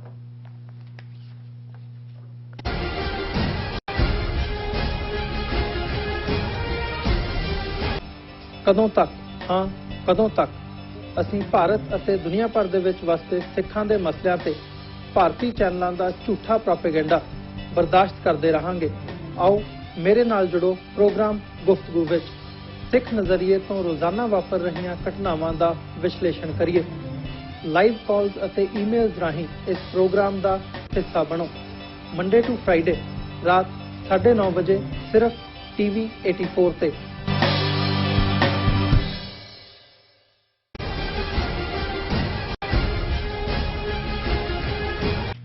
Viewers welcome back on programme. So viewers end ਵਾਲੇ ਸੈਕਸ਼ਨ ਦੇ ਵਿੱਚ ਆਪਾਂ ਗੱਲਬਾਤ ਕਰਨ ਜਾ ਰਹੇ ਹਾਂ ਕਸ਼ਮੀਰਵਾਦੀ ਦੇ ਹਵਾਲੇ ਨਾਲ ਕਿ ਕਸ਼ਮੀਰਵਾਦੀ ਵਿੱਚ ਮਾਸੂਮ ਬੇਗੁਨਾਹ ਸਿਵਿਲੀਅਨਸ ਦਾ ਜਿਹੜਾ ਕਤਲੇਆਮ ਲਗਾਤਾਰ ਜਾਰੀ ਹੈ। ਸੋ ਵੱਡੀ ਗਿਣਤੀ ਵਿੱਚ ਯੂਪੀ ਬਿਹਾਰ ਦੇ ਮਜ਼ਦੂਰ ਅਤੇ ਕਾਮੇ ਵਾਦੇ ਚੋਂ ਡਰ ਕੇ ਭੱਜ ਰਹੇ ਨੇ। ਸੋ ਇਹ ਸਵਾਲ ਪੁੱਛਿਆ ਜਾ ਰਿਹਾ ਹੈ ਕਿ ਪੂਰਾ ਸੂਬਾ ਪਿਛਲੇ ਲਗਭਗ 2.5 ਸਾਲ ਤੋਂ ਫੌਜ ਦੇ ਕਬਜ਼ੇ ਹੇਠ ਹੋਣ ਦੇ ਬਾਵਜੂਦ ਇਹ ਘਟਨਾਵਾਂ ਕਿਉਂ ਵਾਪਰ ਰਹੀਆਂ ਹਨ ਔਰ ਇਸ ਦੇ ਪਿੱਛੇ ਕੌਣ ਹੈ? ਸੋ ਇਸ ਬਾਰੇ ਆਪਾਂ ਗੱਲਬਾਤ ਕਰਨ ਜਾ ਰਹੇ ਹਾਂ। ਸੋ ਅਸੀਂ ਚਾਹਾਂਗੇ ਕਿ ਤੁਸੀਂ ਇਸੇ ਤਰ੍ਹਾਂ ਬਣੇ ਰਹਿਣਾ। ਦੇਖਣ ਸੁਣੀਆਂ ਲਿਖਣ ਲਈ ਤੁਹਾਡਾ ਸਭ ਦਾ ਬਹੁਤ ਸ਼ੁਕਰੀਆ। ਜੀ ਡਾਕਟਰ ਸਾਹਿਬ ਕੀ ਕਹਿਣਾ ਚਾਹੋਗੇ? ਦੇਖੋ 5 ਅਗਸਤ 2019 ਨੂੰ ਆਈਨੀ ਗੁੰਡਾਗਰਦੀ ਕਰਦੇ ਆਂ ਮੋਦੀ ਅਮਿਤ ਸ਼ਾਹ ਦੀ ਸਰਕਾਰ ਨੇ ਜੰਮੂ ਕਸ਼ਮੀਰ ਦਾ ਆਰਟੀਕਲ 370-35A ਹੀ ਖਤਮ ਨਹੀਂ ਕੀਤਾ, ਉਸ ਦੀ ਸੂਬੇ ਦੇ ਤੌਰ ਤੇ ਹੋਂਦ ਵੀ ਖਤਮ ਕਰ ਦਿੱਤੀ। ਜੰਮੂ ਕਸ਼ਮੀਰ ਇੱਕ ਅਲੱਗ ਯੂਨੀਅਨ ਟੈਰੀਟਰੀ ਬਣਾ ਦਿੱਤੀ ਔਰ ਲਦਾਖ ਅਲੱਗ ਯੂਨੀਅਨ ਟੈਰੀਟਰੀ ਬਣਾ ਦਿੱਤੀ। 1 ਮਿਲੀਅਨ ਫੌਜ ਲਗਾਤਾਰਤਾ ਨਾਲ, ਫੌਜ ਤਾਂ ਪਹਿਲਾਂ ਵੀ ਸੀ ਲੇਕਿਨ ਜਿਸ ਬਰੂਟੈਲਿਟੀ ਦੇ ਨਾਲ ਉਹਨਾਂ ਨੇ ਕਸ਼ਮੀਰ ਵੈਲੀ ਨੂੰ ਪਿਛਲੇ ਆਲਮੋਸਟ 2.5 ਸਾਲ 'ਚ ਗਵਰਨ ਕੀਤਾ ਹੈ, ਹਜ਼ਾਰਾਂ ਅੰਡਰ ਡਿਟੈਂਸ਼ਨ, ਪੋਲੀਟੀਕਲ ਲੀਡਰਸ਼ਿਪ ਵੀ ਉਹਨਾਂ ਦੀ ਇਨਕਲੂਡਿੰਗ ਐਕਸ ਚੀਫ ਮਿਨਿਸਟਰ ਜਿਹੜੇ ਨੇ ਉਹ 1.5 ਸਾਲ 2 ਸਾਲ ਡਿਟੈਂਸ਼ਨ ਥੱਲੇ ਰੱਖੇ। ਔਰ 3 ਡਰਟੀ ਡੀਜ਼ ਡੈਮੋਗ੍ਰਾਫਿਕਸ ਚੇਂਜ ਕਰਨ ਦੇ ਲਈ 3 ਲੱਖ 4 ਲੱਖ ਡੋਮਿਸਾਈਲ ਸਰਟੀਫਿਕੇਟ ਦਿੱਤੇ। ਬਾਹਰਲਿਆਂ ਨੂੰ ਜਿਹੜਾ ਉਹਨਾਂ ਦੇ ਵਪਾਰ ਔਰ ਦੂਸਰਾ ਖੁੱਲ ਖੇਡ ਔਰ ਜ਼ਮੀਨਾਂ ਮੰਦਰਾਂ ਦੇ ਲਈ ਇੱਧਰ ਉੱਧਰ ਇਹ ਸਾਰਾ ਕੁਝ ਕਰਨ ਤੋਂ ਬਾਅਦ ਹੁਣ ਅਸੀਂ ਪਿਛਲੇ ਕੁਝ ਹਫ਼ਤਿਆਂ ਤੋਂ ਦੇਖ ਰਹੇ ਹਾਂ ਕਿ ਬੜੀ ਤੇਜ਼ੀ ਨਾਲ ਉੱਥੇ ਸਿਵਿਲੀਅਨਸ ਮਾਰੇ ਜਾ ਰਹੇ ਨੇ। ਉਹਨਾਂ ਦੇ ਵਿੱਚ ਸਿੱਖ ਪ੍ਰਿੰਸੀਪਲ ਬॉयਜ਼ ਸਕੂਲ ਦੀ ਸੁਪਿੰਦਰ ਕੌਰ ਵੀ ਮਾਰੀ ਗਈ, ਇੱਕ ਫਾਰਮੇਸੀ 30 ਸਾਲ ਤੋਂ ਜਿਹੜਾ ਰਨ ਕਰ ਰਿਹਾ ਸੀ ਕਸ਼ਮੀਰੀ ਪੰਡਤ ਉਹ ਵੀ ਮਾਰਿਆ ਗਿਆ, ਜੰਮੂ ਦਾ ਇੱਕ ਟੀਚਰ ਵੀ ਮਾਰਿਆ ਗਿਆ। ਹੁਣ ਪਿਛਲੇ ਦਿਨਾਂ ਦੀਆਂ ਖਬਰਾਂ ਨੇ ਕਿ ਬਿਹਾਰੀ ਲੇਬਰ, ਯੂਪੀ ਦੀ ਲੇਬਰ, ਔਰ ਜਦੋਂ ਅਸੀਂ ਅੱਜ ਗੱਲਬਾਤ ਕਰ ਰਹੇ ਹਾਂ ਪਿਛਲੇ ਕੱਲ ਵੀ ਇਸ ਕਿਸਮ ਦੀਆਂ ਕਿਲਿੰਗਸ ਹੋਈਆਂ ਔਰ ਉਹਨਾਂ ਵੱਲੋਂ ਇਹ ਵੀ ਕਿਹਾ ਜਾ ਰਿਹਾ ਜੀ ਫੌਜੀ ਵੀ 8-9 ਮਰ ਗਏ ਨੇ ਇਹਨਾਂ ਦਿਨਾਂ ਜਿਹਨਾਂ ਜੇਸੀ ਔਰ ਦੂਸਰੇ ਵੀ ਸ਼ਾਮਲ ਨੇ ਕਿ ਜੀ ਅਸੀਂ ਪੁੰਛ ਦੇ ਜੰਗਲਾਂ 'ਚ ਔਰ ਰਾਹ ਦੇ ਵਿੱਚ ਸੁਰੰਗਕੋਟ ਔਰ ਉੱਥੇ ਕਰ ਰਹੇ ਆ ਆਪਰੇਸ਼ਨ, ਉਹਦੇ ਥੱਲੇ ਹਮਲੇ ਹੋ ਰਹੇ ਨੇ। ਹੁਣ ਇਹ ਸਿੰਪਲ ਸਵਾਲ ਹੈ, ਜੇ 2.5 ਸਾਲ ਤੋਂ 1 ਮਿਲੀਅਨ ਫੌਜ ਰੱਖ ਕੇ ਮਨਮਰਜ਼ੀ ਕਰਕੇ ਹਜ਼ਾਰਾਂ NSA UAPA ਕਈ ਕੁਛ ਲਾ ਕੇ ਤੁਹਾਡੀ ਰਿਟ ਉੱਥੇ ਨਹੀਂ ਚੱਲਦੀ ਜੀ ਤੇ ਫਿਰ ਉੱਥੇ ਕਿਹਦੀ ਰਿਟ ਚੱਲ ਰਹੀ ਹੈ? ਬਿਲਕੁਲ। ਫਿਰ ਇਸ ਗੱਲ ਨੂੰ ਕਬੂਲੋ। ਔਰ ਇਹ ਅੱਜ ਜਦੋਂ ਅਸੀਂ ਇਹ ਗੱਲਬਾਤ ਵੀ ਕਰ ਰਹੇ ਹਾਂ, Amit Shah chairs meet on internal security threats or the recent killings of civilians and exodus of migrant laborers from Jammu and Kashmir were discussed। ਹੁਣ ਇੱਕ ਪਾਸੇ ਫਰਮਾਨ ਕਰ ਰਹੇ ਸੀ ਜੀ ਸਭ ਕੁਝ ਅੰਦਰ ਕਾਬੂ ਹੋ ਗਿਆ, ਬਿਲਕੁਲ ਕੋਈ ਨਹੀਂ, ਲੋਕ ਤਾਂ ਬਹੁਤ ਖੁਸ਼ ਨੇ, ਬੜੀਆਂ ਇਨਵੈਸਟਮੈਂਟਸ ਆ ਰਹੀਆਂ। ਹੁਣ ਖਬਰਾਂ ਇਹ ਨੇ ਕਿ ਉੱਥੋਂ ਮਾਈਗ੍ਰੈਂਟ ਦੌੜ ਰਹੇ ਨੇ ਫ੍ਰੀ, ਔਰ ਜਿਹੜੇ ਨਹੀਂ ਵੀ ਦੌੜੇ ਉਹਨਾਂ ਨੂੰ ਸਿਕਿਉਰਿਟੀ ਜ਼ੋਨ ਦੇ ਵਿੱਚ ਲੈ ਆਏ ਨੇ ਬੱਸਾਂ ਭਰ ਕੇ। ਜੀ ਇਹਦਾ ਮਤਲਬ ਹੈ ਕਿ ਜੋ ਤੁਸੀਂ ਜ਼ਬਰ ਔਰ ਜ਼ੁਲਮ ਕਰਕੇ ਚਾਹਿਆ ਕਿ ਲੋਕ ਚੁੱਪ ਕਰ ਜਾਣ, ਉਹ ਨਹੀਂ ਹੋਇਆ। ਹੁਣ ਦੂਸਰਾ ਸਵਾਲ ਇਹ ਹੁੰਦਾ ਹੈ, ਔਰ ਜਿਹਨੂੰ ਈਵਨ ਕਸ਼ਮੀਰੀ ਲੀਡਰਸ਼ਿਪ ਨੇ ਵੀ ਇਹ ਕਿਹਾ, ਫਾਰੂਕ ਅਬਦੁੱਲਾ ਔਰ ਮਹਿਬੂਬਾ ਮੁਫਤੀ। ਫਾਰੂਕ ਅਬਦੁੱਲਾ ਨੇ ਕਿਹਾ Kashmiri is not involved in recent civilian killings, ਕਿ ਨਹੀਂ ਆਊਟਰੇਜ ਓਵਰ ਕਿਲਿੰਗਸ ਆਫ ਮਾਈਗ੍ਰੈਂਟਸ। ਹੁਣ ਇਹਦੇ ਪਿੱਛੇ ਕੀ ਚੱਲ ਰਿਹਾ ਹੈ? ਜੇ ਹੁਣ ਆਲ ਆਫ ਏ ਸਡਨ ਹੁਣੇ ਹੀ ਸ਼ੁਰੂ ਹੋਈਆਂ ਮਾਈਗ੍ਰੇਸ਼ਨ ਦੀ ਲਾਈਨ ਵੀ ਜਿਹੜੀ ਹੈ ਉਹ ਰੁਕ, ਇੱਕ ਤਾਂ ਗੱਲ ਸਮਝ ਆ ਸਕਦੀ ਹੈ ਕਿ ਜਾਂ ਤਾਂ ਕਸ਼ਮੀਰੀ ਜੁਝਾਰੂਆਂ ਨੇ, ਲੋਕਲ ਨੇ ਦੇਖਿਆ ਕਿ ਬਈ ਜੇ ਤੁਸੀਂ ਫੋਰਸਫੁਲੀ ਇੱਥੇ ਡੋਮਿਸਾਈਲ ਲਿਆ ਕੇ ਗੈਰ ਕਸ਼ਮੀਰੀਆਂ ਨੂੰ ਵਸਾਉਣਾ ਚਾਹੁੰਦੇ ਹੋ ਤੇ ਜਿਹੜੇ ਇੱਥੇ ਵਸਦੇ ਨੇ ਅਸੀਂ ਉਹਨਾਂ ਨੂੰ ਵੀ ਉਜਾੜ ਦੇਣਾ, ਇਹ ਵੀ ਸਮਝ ਆ। ਪਰ ਦੂਸਰਾ ਇਹ ਹੁੰਦਾ ਹੈ ਵੀ ਕਿੰਨਾ ਕੁ ਏਰੀਆ ਜਿੱਥੇ 1 ਮਿਲੀਅਨ ਫੌਜ ਰੱਖ ਕੇ, ਔਰ ਇਹ ਮੈਂ ਗੱਲ ਨਹੀਂ ਕਹਿ ਰਿਹਾ, ਮਿਸਟਰ ਮਲਕ ਜਿਹੜਾ ਕਸ਼ਮੀਰ ਦਾ ਗਵਰਨਰ ਰਿਹਾ ਲੰਬਾ ਵਕਤ, ਉਹਨੇ ਵੀ ਅੱਜ ਸਵਾਲ ਕੀ BJP ਦਾ ਹੈ, ਹੁਣ ਵੀ ਗਵਰਨਰ ਹੈ ਨਾਰਥ ਈਸਟ ਸਟੇਟ ਦਾ, ਉਹਨੇ ਕਿਹਾ ਜਦੋਂ ਮੈਂ ਗਵਰਨਰ ਸੀ 500 ਕਿਲੋਮੀਟਰ ਤੱਕ ਸ੍ਰੀਨਗਰ ਦੇ ਨੇੜੇ ਤੇੜੇ ਕੋਈ ਵਾਰਦਾਤ ਨਹੀਂ ਸੀ ਹੋਈ, ਹੁਣ ਤਾਂ ਸ੍ਰੀਨਗਰ ਦੇ ਹਾਰਟਲੈਂਡ 'ਚ ਹੋ ਰਹੀ ਹੈ। ਹੁਣ ਇਹ ਕੀ ਚੱਲ ਰਿਹਾ ਹੈ ਕਿ ਕਸ਼ਮੀਰੀਆਂ ਦੇ ਉੱਤੇ ਕੋਈ ਫਰਦਰ ਜ਼ੁਲਮ ਕਰਨ ਦੇ ਲਈ, ਕਸ਼ਮੀਰੀ ਮੁਸਲਮਾਨਾਂ ਨੂੰ ਟਾਰਗੇਟ ਕਰਨ ਦੇ ਲਈ, ਕਿਉਂਕਿ ਜਿਵੇਂ ਕਸ਼ਮੀਰੀ ਲੀਡਰਾਂ ਨੇ ਉਹ ਇਨਸਾਈਡਰ ਨੇ, ਜੇ ਡਿਸਟੈਂਸ ਕੀਤਾ ਹੈ ਵੀ ਇਹ ਕਸ਼ਮੀਰੀਆਂ ਦਾ ਪਾਕਿਸਤਾਨ ਦੇ ਨਾਲ ਤਾਂ ਵੈਸੇ ਹੀ ਜਿਹੜਾ LOC ਦੇ ਉੱਤੇ ਸੀਜ਼ਫਾਇਰ ਹੋਇਆ ਔਰ ਜਿੰਨਾ ਥਿਕ ਇਹਨਾਂ ਨੇ ਉੱਥੇ ਪੂਰਾ ਆਪਣਾ ਬਣਾਇਆ ਹੋਇਆ, ਇਹਦੇ 'ਚ ਤਾਂ ਕੋਈ ਪੋਸੀਬਿਲਿਟੀ ਨਹੀਂ ਹੈ ਕਿ ਜੀ ਉੱਥੋਂ ਨਾਲੇ ਪਾਕਿਸਤਾਨ ਤਾਂ ਆਪਣੀਆਂ ਫਸਿਆ ਹੋਇਆ, ਫਾਈਨੈਂਸ਼ੀਅਲ ਪ੍ਰੋਬਲਮਸ ਵੀ, IMF ਨਾਲ ਗੱਲਬਾਤ ਵੀ ਅਜੇ ਸਿਰੇ ਨਹੀਂ ਚੜ੍ਹੀ, $1 ਬਿਲੀਅਨ ਉਹ ਮੰਗਦੇ ਨੇ, ਉਹ ਦੇਣ ਨੂੰ ਤਿਆਰ ਨਹੀਂ। ਪਾਕਿਸਤਾਨ 'ਚ ਪੈਟਰੋਲ ਪ੍ਰਾਈਸਿਸ ਦੂਜੇ ਤੀਜੇ ਹਾਈਕ ਤੇ ਨੇ, ਅਫਗਾਨਿਸਤਾਨ ਇਸ਼ੂ ਹੈ। ਸੋ ਅਫਗਾਨਿਸਤਾਨ ਔਰ ਦੂਸਰੇ ਦੇ ਚੱਲਦੇ ਆ ਇਸ ਗੱਲ ਨੂੰ ਬਾਰੇ ਸੋਚਣਾ ਕਿ ਜੀ ਪਾਕਿਸਤਾਨ ਜਿਹੜਾ ਉੱਥੇ ਭੇਜ ਰਿਹਾ ਹੈ, ਇਹਦੀ ਕੋਈ ਬਹੁਤੀ ਪੋਸੀਬਿਲਿਟੀ ਨਹੀਂ ਹੈ।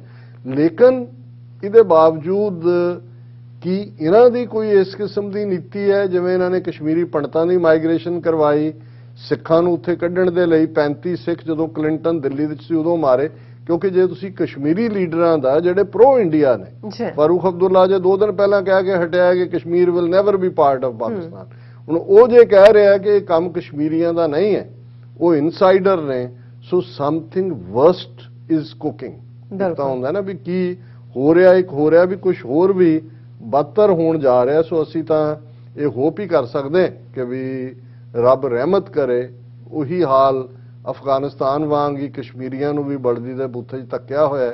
ਅਸੀਂ ਆਪਣੇ ਲੋਕਾਂ ਨੂੰ ਲੈ ਕੇ ਵੀ ਫਿਕਰਮੰਦ ਹੈ, ਸਿੱਖ ਕਮਿਊਨਿਟੀ ਦੇ ਨਾਲ ਵੀ ਜੋ ਉਸ ਸਾਰੇ ਖਿੱਤੇ ਦਾ ਇੱਕ ਹਿੱਸਾ ਹੈ ਉਹ ਵੀ ਇਵੇਂ ਹੀ ਸੋਚਦੇ ਨੇ, ਔਰ ਜਿਨ੍ਹਾਂ ਨਾਲ ਸਾਡਾ ਥੋੜਾ ਬਹੁਤ ਸੰਪਰਕ ਵੀ ਹੋਇਆ, ਉਹਨਾਂ ਨੇ ਕਿਹਾ ਜੀ ਕਿਸੇ ਨੂੰ ਕੋਈ ਪਤਾ ਨਹੀਂ ਹੈ ਵੀ ਇਹ ਕਾਰਾ ਕੌਣ ਕਰ ਰਿਹਾ। ਔਰ ਅਸੀਂ ਕਲੋਜ਼ਿੰਗ 'ਚ ਜਿਵੇਂ ਰੂਹਾਨੀਅਤ ਦੀ ਵਿਚਾਰ ਕਰਦੇ, ਥਿੱਤੀ ਵਾਰੀ ਜਿਹੜਾ ਹੈ, ਅਸੀਂ ਥਿੱਤਾਂ ਦੇ ਉੱਤੇ ਗੱਲ ਕੀਤੀ। ਅੱਜ ਜਿਹੜੇ ਦਿਨ ਨੇ ਵਾਰ, ਉਹਨਾਂ ਦਾ ਅਖੀਰਲਾ ਸ਼ਲੋਕ ਹੈ, ਔਰ ਇਹਦੇ ਨਾਲ ਇਹ ਗੌੜੀ ਥਿੱਤੀ ਵਾਰੀ ਦਾ ਜਿਹੜੀ ਵਿਚਾਰ ਹੈ ਉਹ ਓਵਰ ਹੈ। ਔਰ ਅੱਜ 8ਵਾਂ ਜਿਹੜਾ ਸ਼ਲੋਕ, ਕਿਉਂਕਿ ਵਾਰ 7 ਦਾ ਜ਼ਿਕਰ ਹੋ ਗਿਆ, ਤੇ ਕਬੀਰ ਸਾਹਿਬ ਫਰਮਾਉਂਦੇ ਨੇ, ਜਬ ਲਗ ਘਟ ਮੈਂ ਦੂਜੀ ਆਨ, ਤੌਲੋ ਮਹਿਲ ਨਾ ਲਾਭੈ ਜਾਨ, ਰਮਤ ਰਾਮ ਸਿਉ ਲਾਗੋ ਰੰਗ, ਕਹਿ ਕਬੀਰ ਤਬ ਨਿਰਮਲ ਅੰਗ।